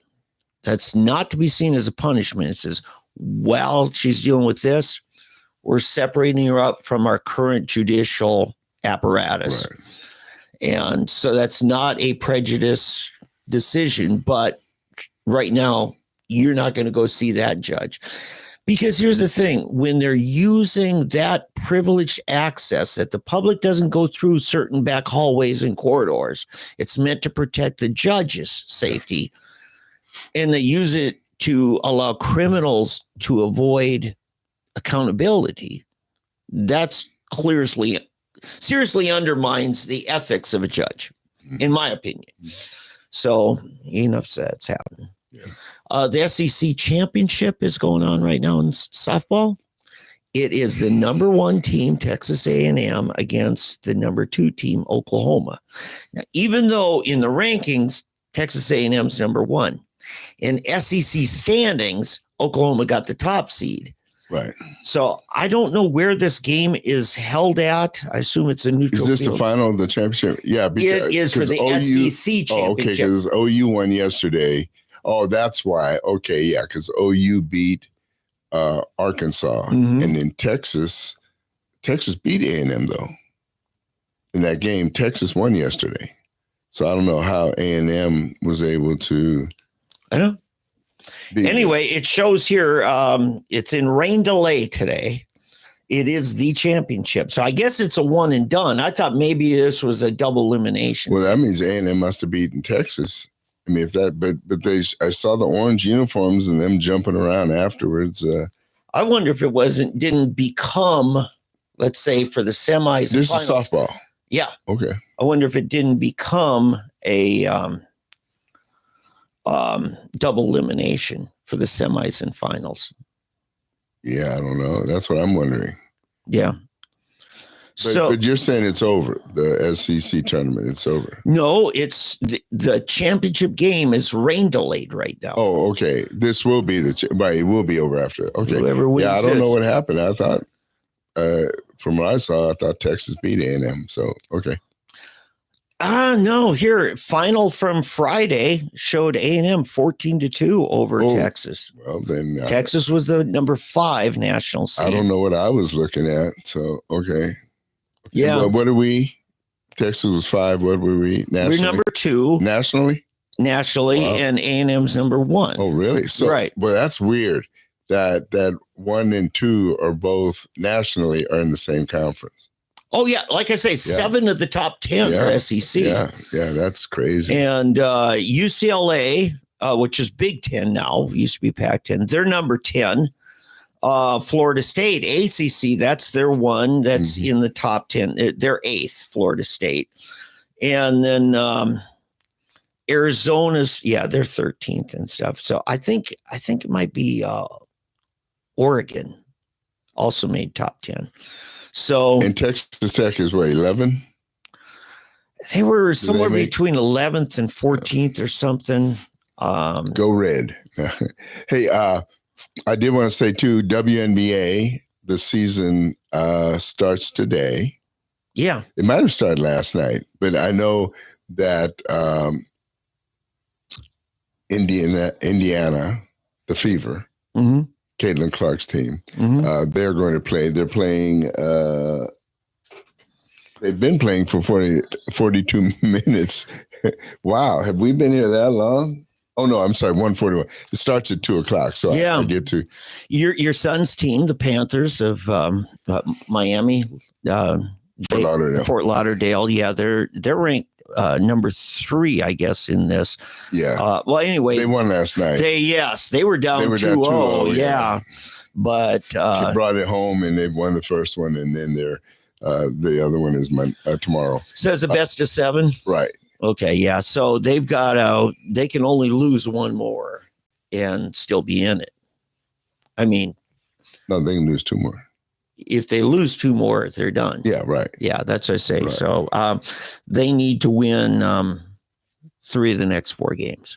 Right. So yeah. Right. So the other team needs to win 2 of the next 4. Right. So if we hold serve at home and then we go to their place and win 1, and then we could come home. In other words, if we win the next 3 straight, which it's going to be hard to do, but they might do it because you lost a home game to start out. Yeah, that's what. So we have to take it back. Oh, by the way, I went to the Thunder game this week. Oh, good for you. Yeah, I never been. A friend called up and said, I've got tickets. And these were nice tickets. We're up in like a box thing. And nice. The waitresses or servers come and ask you, what would you like? You know, this and that. And buffets out there. And you're sitting at this. It's so funny. You're sitting at this table. Yeah. You got a TV monitor where you can watch anything. And on the other one, they got 2 of them at the one table. And it was a 4-person area, but it was good. And but what made me think of it is when you were talking about that Thunder were leading by 10 plus points and then managed to just mess it up. And I said, that's totally a coaching day. And sure enough, next day, the coach took responsibility for the loss. He put the wrong lineup in there at the end but then they took one back. Yeah, because they're down 2-1 against Denver. Yeah, they took one. Is that a best of 5 on that, or is that 7? I don't know how basketball does if they do 7 or 5 in the first round. Baseball does 5. I think baseball is the only one. It's best of 7. I think Baseball is no. This is 7. Yeah, I think baseball is the only one that does the playoffs 3 out of 5 until the World Series. Yeah, right. Then they go to 7. Right. Yeah. So yeah. So Thunder is still in it, and evidently they've had a great year. So. Anyway, another guy we got coming in sometime, Charles Key. Now, if you remember, Charles led the investigation in the Murrah building bombing. Yeah. And that's a story won't go away. That I'm interested in having that one. I talked to him about, because one of my clients had dinner with Stephen Jones a few years ago. And this woman said, because her husband's an attorney too, they were working on a case together. And she said, by the time we finished dinner, I was completely convinced in Stephen Jones's theories of other people involved. And I told Charles that, and he said, I need to talk to her. He evidently hasn't talked to Stephen Jones in a while. Mm-hmm. But the other thing Charles Key is working on is finding some way to get better accountability in our legislature in their chamber rules, where like the Senate pro temp the last few years, Greg Treat's been running it as a monarch. And Governor Stitt and him, it was just it was horrible. I remember. So much so that Governor Stitt was involved in primarying some of the Senate leadership team. That's another thing we need to talk to Karen Hardin about. I want to find out how involved she is. You notice some of these big upsets we had in the legislature. This guy that was going to become the Senate pro temp and then lost the primary to win his Senate seat. And then over on the House side, the budget committee chair forever, Kevin Wallace, got defeated in the primary over their Chandler Stroud area. And like these little rural races that are so powerful, and you and I wake up the morning after election. How did that happen? Yeah. I think Karen Hardin might have something. And Don Spencer. I think we need to have Don in as well. So we're going to really work on, for the next few months, Gentner Drummond said he'd come in. I had a great visit with him. And his campaign manager, Stephanie Alexander.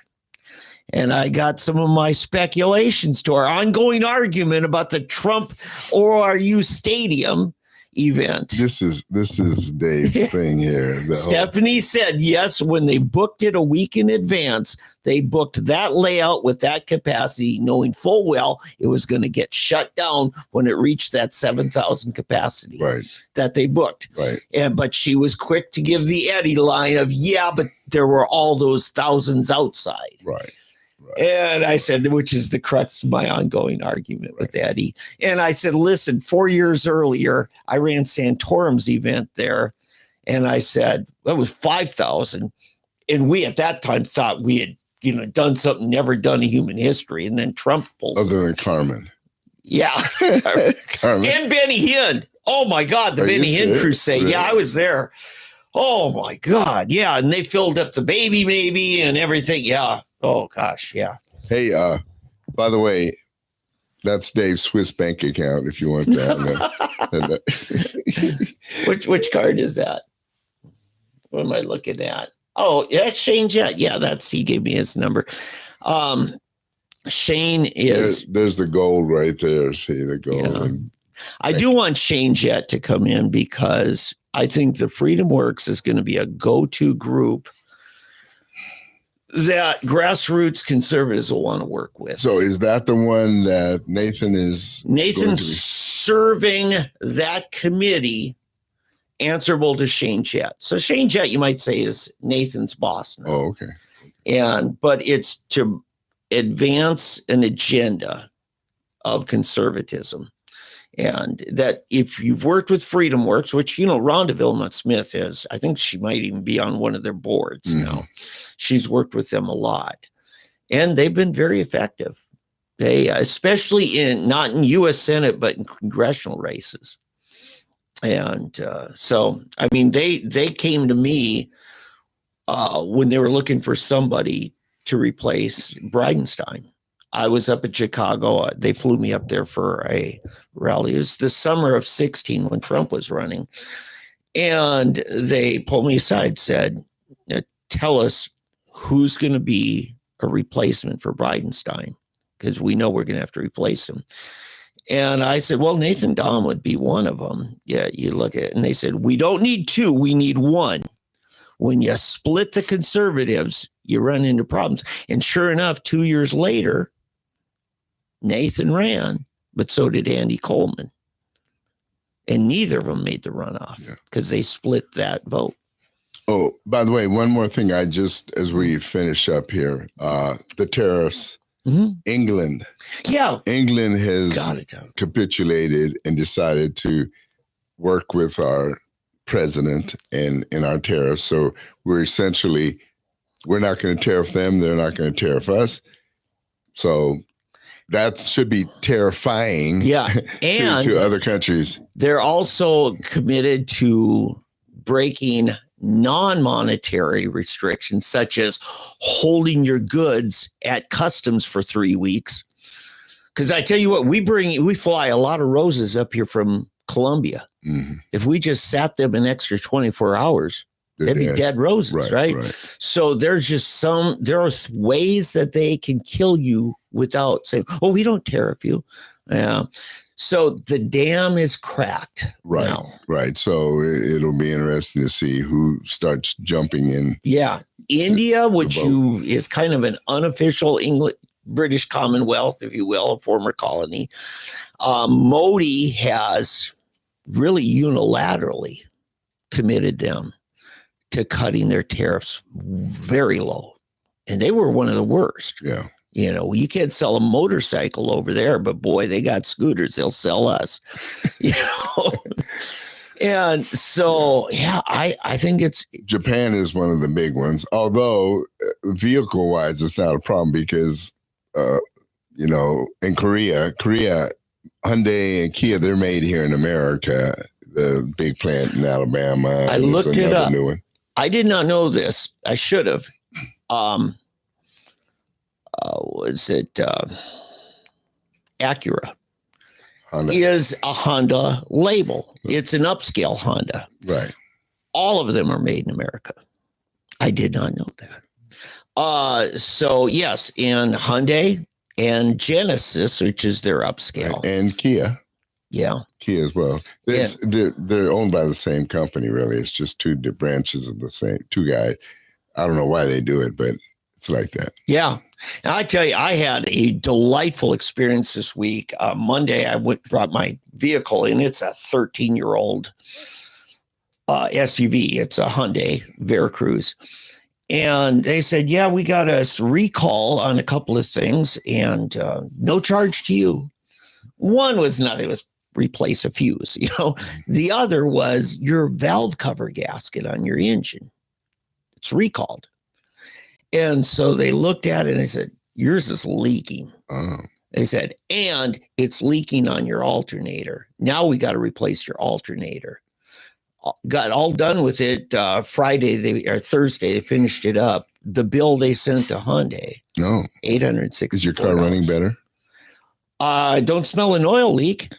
You had been smelling it. Yeah, I smelled it. Last trip back from Minnesota, I was like, we got an oil leak here. I didn't know it's likely to burn out my alternator. And trying to get at the alternator on that machine, pretty tough in that chassis. So I got $864 compliments of Hyundai in auto work. Well, plus labor. Well, that included labor. Okay. That was the full bill they sent. Oh, that seems like it would be. Boy, if it weren't billing Hyundai, I bet you it'd probably be $1,800. Yeah. That's what gets me. Yeah. So, but anyway, it's coming along. We just need to have patience and trust the Trump. Let's just really quick talk about stock market, because I understand there's a rally going on. I wouldn't call it a rally. Okay. It's turning. We're starting to get more green days than red days. So more up than down. And so It's worked. Let's put it this way: it's worked for me. Yeah. And you just have to hang in there. I ran the numbers over the last month from the low when it got down to like 37 or 38. It was around. It was probably might have hit 37-ish. And then change. Yeah. Right. And then to where it was, I think I ran the numbers like high. Tuesday. This week. This Tuesday, it was a 10% increase. Yeah. Now, if you had invested this was 3 weeks, if you'd invested and got 10% and then reinvested that, you would be like quadrupling your money over a year. Oh, yeah. I anticipated growing even more here in the next several months. So when we had Mike Mazie, who's an expert at financial stuff and that, and he said this might be in fact, we had him in right before it crashed. That Saturday, Monday's going to be a crash. He said it's a 10 to 15% correction is what typically we could expect in a cycle.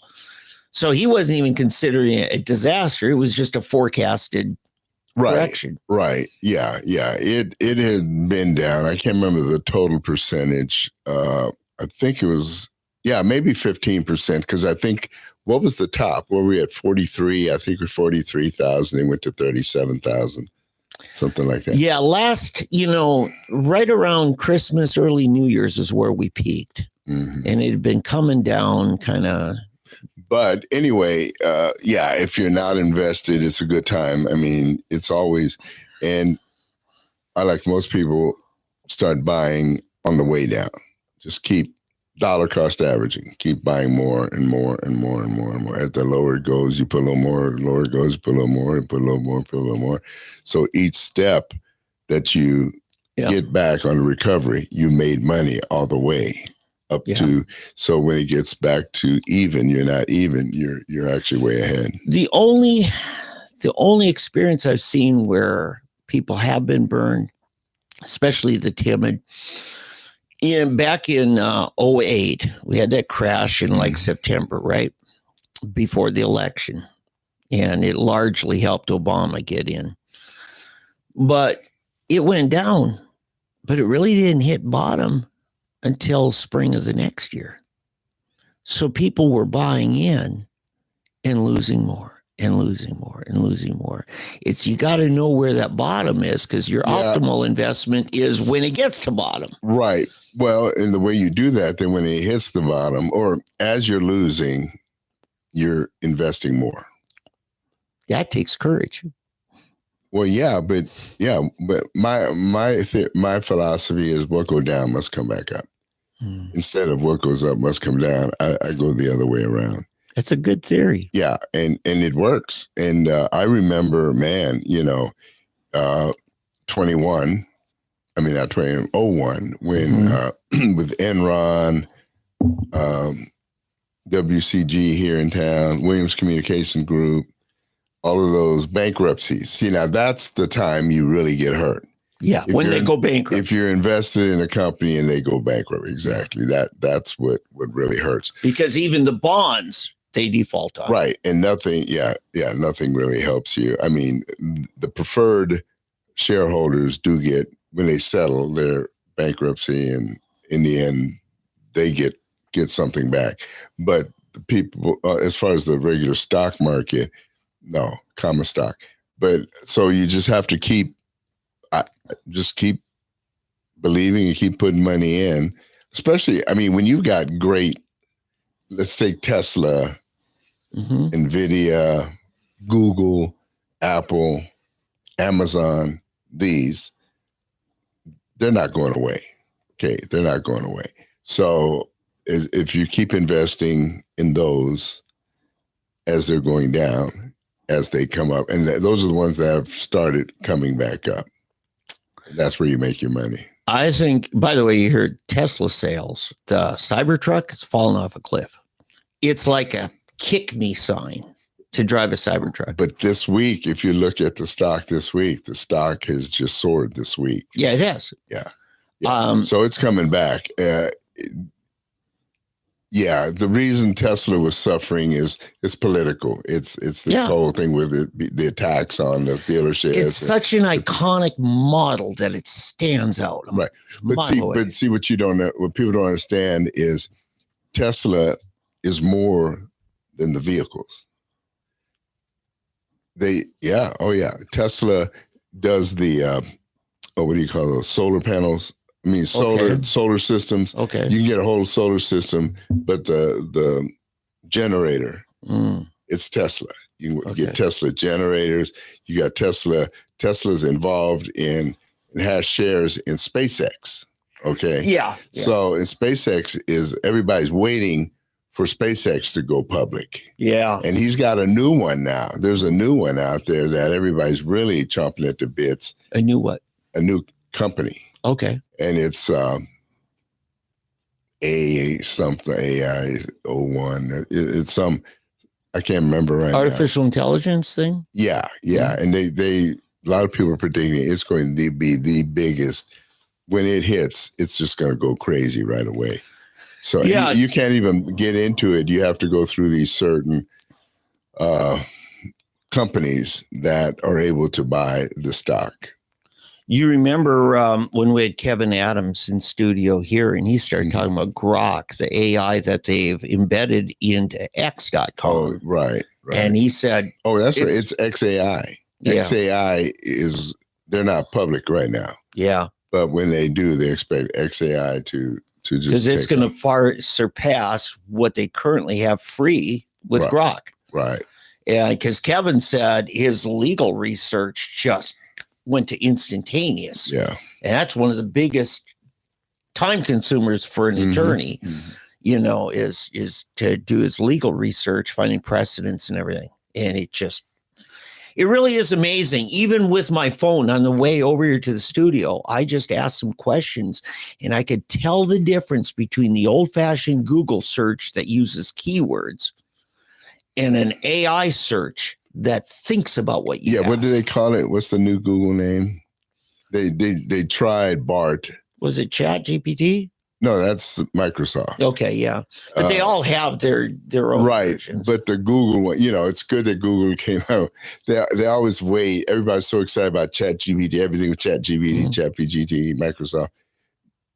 But then Google comes along with theirs and one-ups them.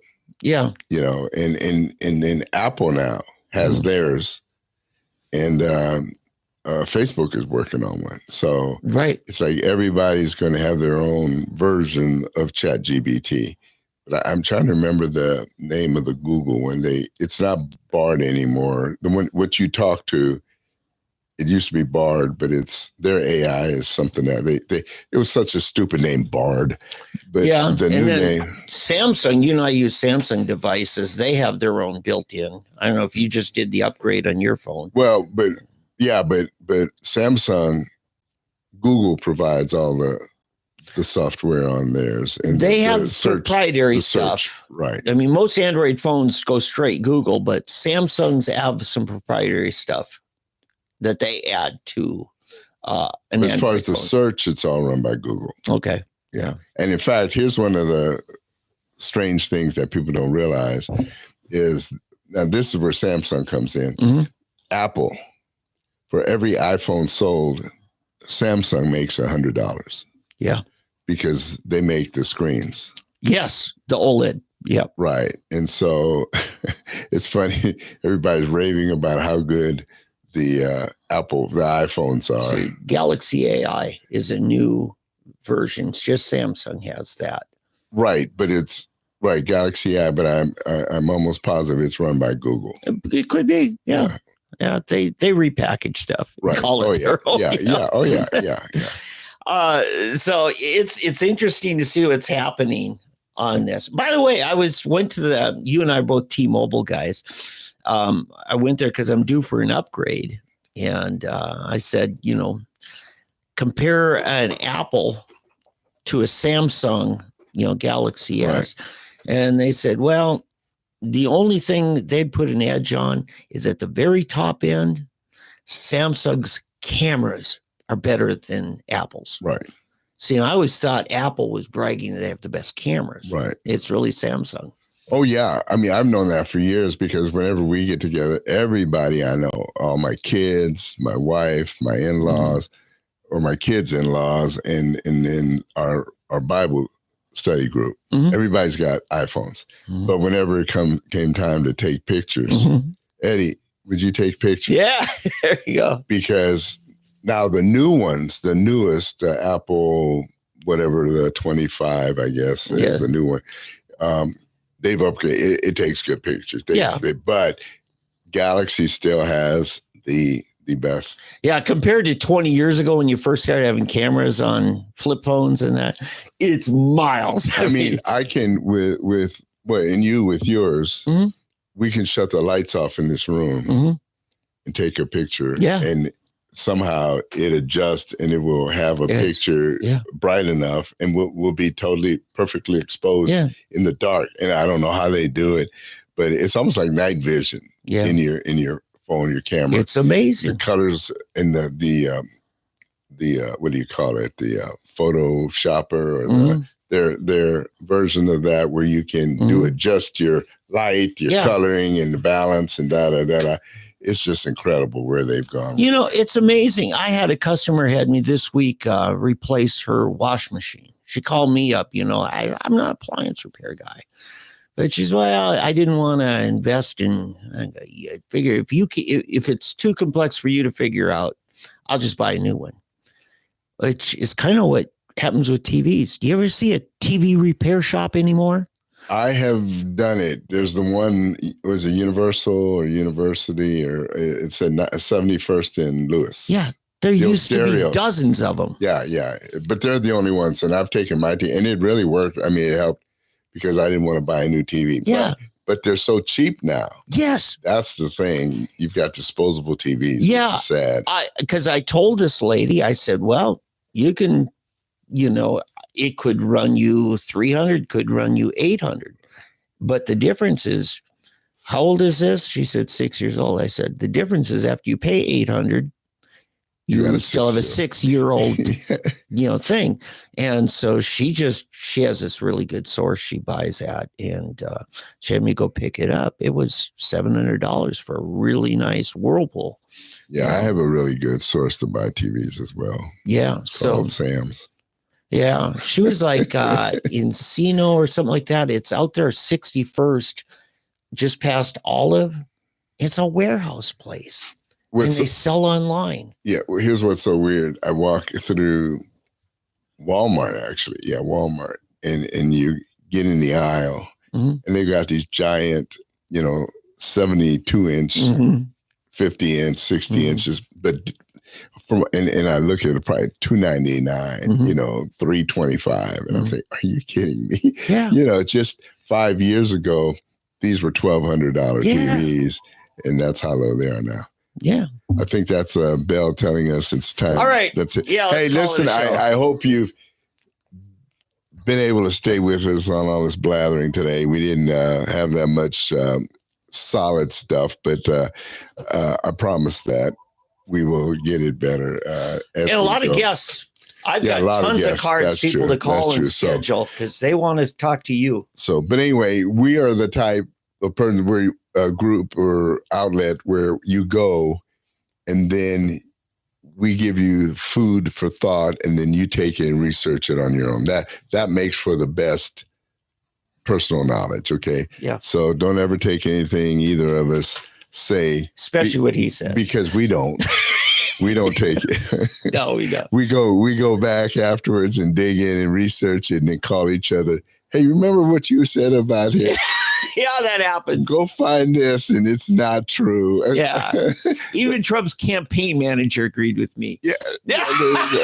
There you go. But anyway, hey, listen, everybody have a great week. Happy Mother's Day to mamas. Yes. And which, thank you for reminding me. I better go stop and shop and get something for my mama. Yeah. My mama, my wife, my baby mama, I guess. Yeah, my baby mama, because my mama is with the Lord right now. Yeah. So hope she's praying for me. I asked my daughter, because she's married to a black guy. I said, so she's pregnant. I said, so you a baby mama? And she says, I will not respond to that calling. In fact, I asked my son-in-law that. He says, don't. I've been there. I ain't going back to something like that.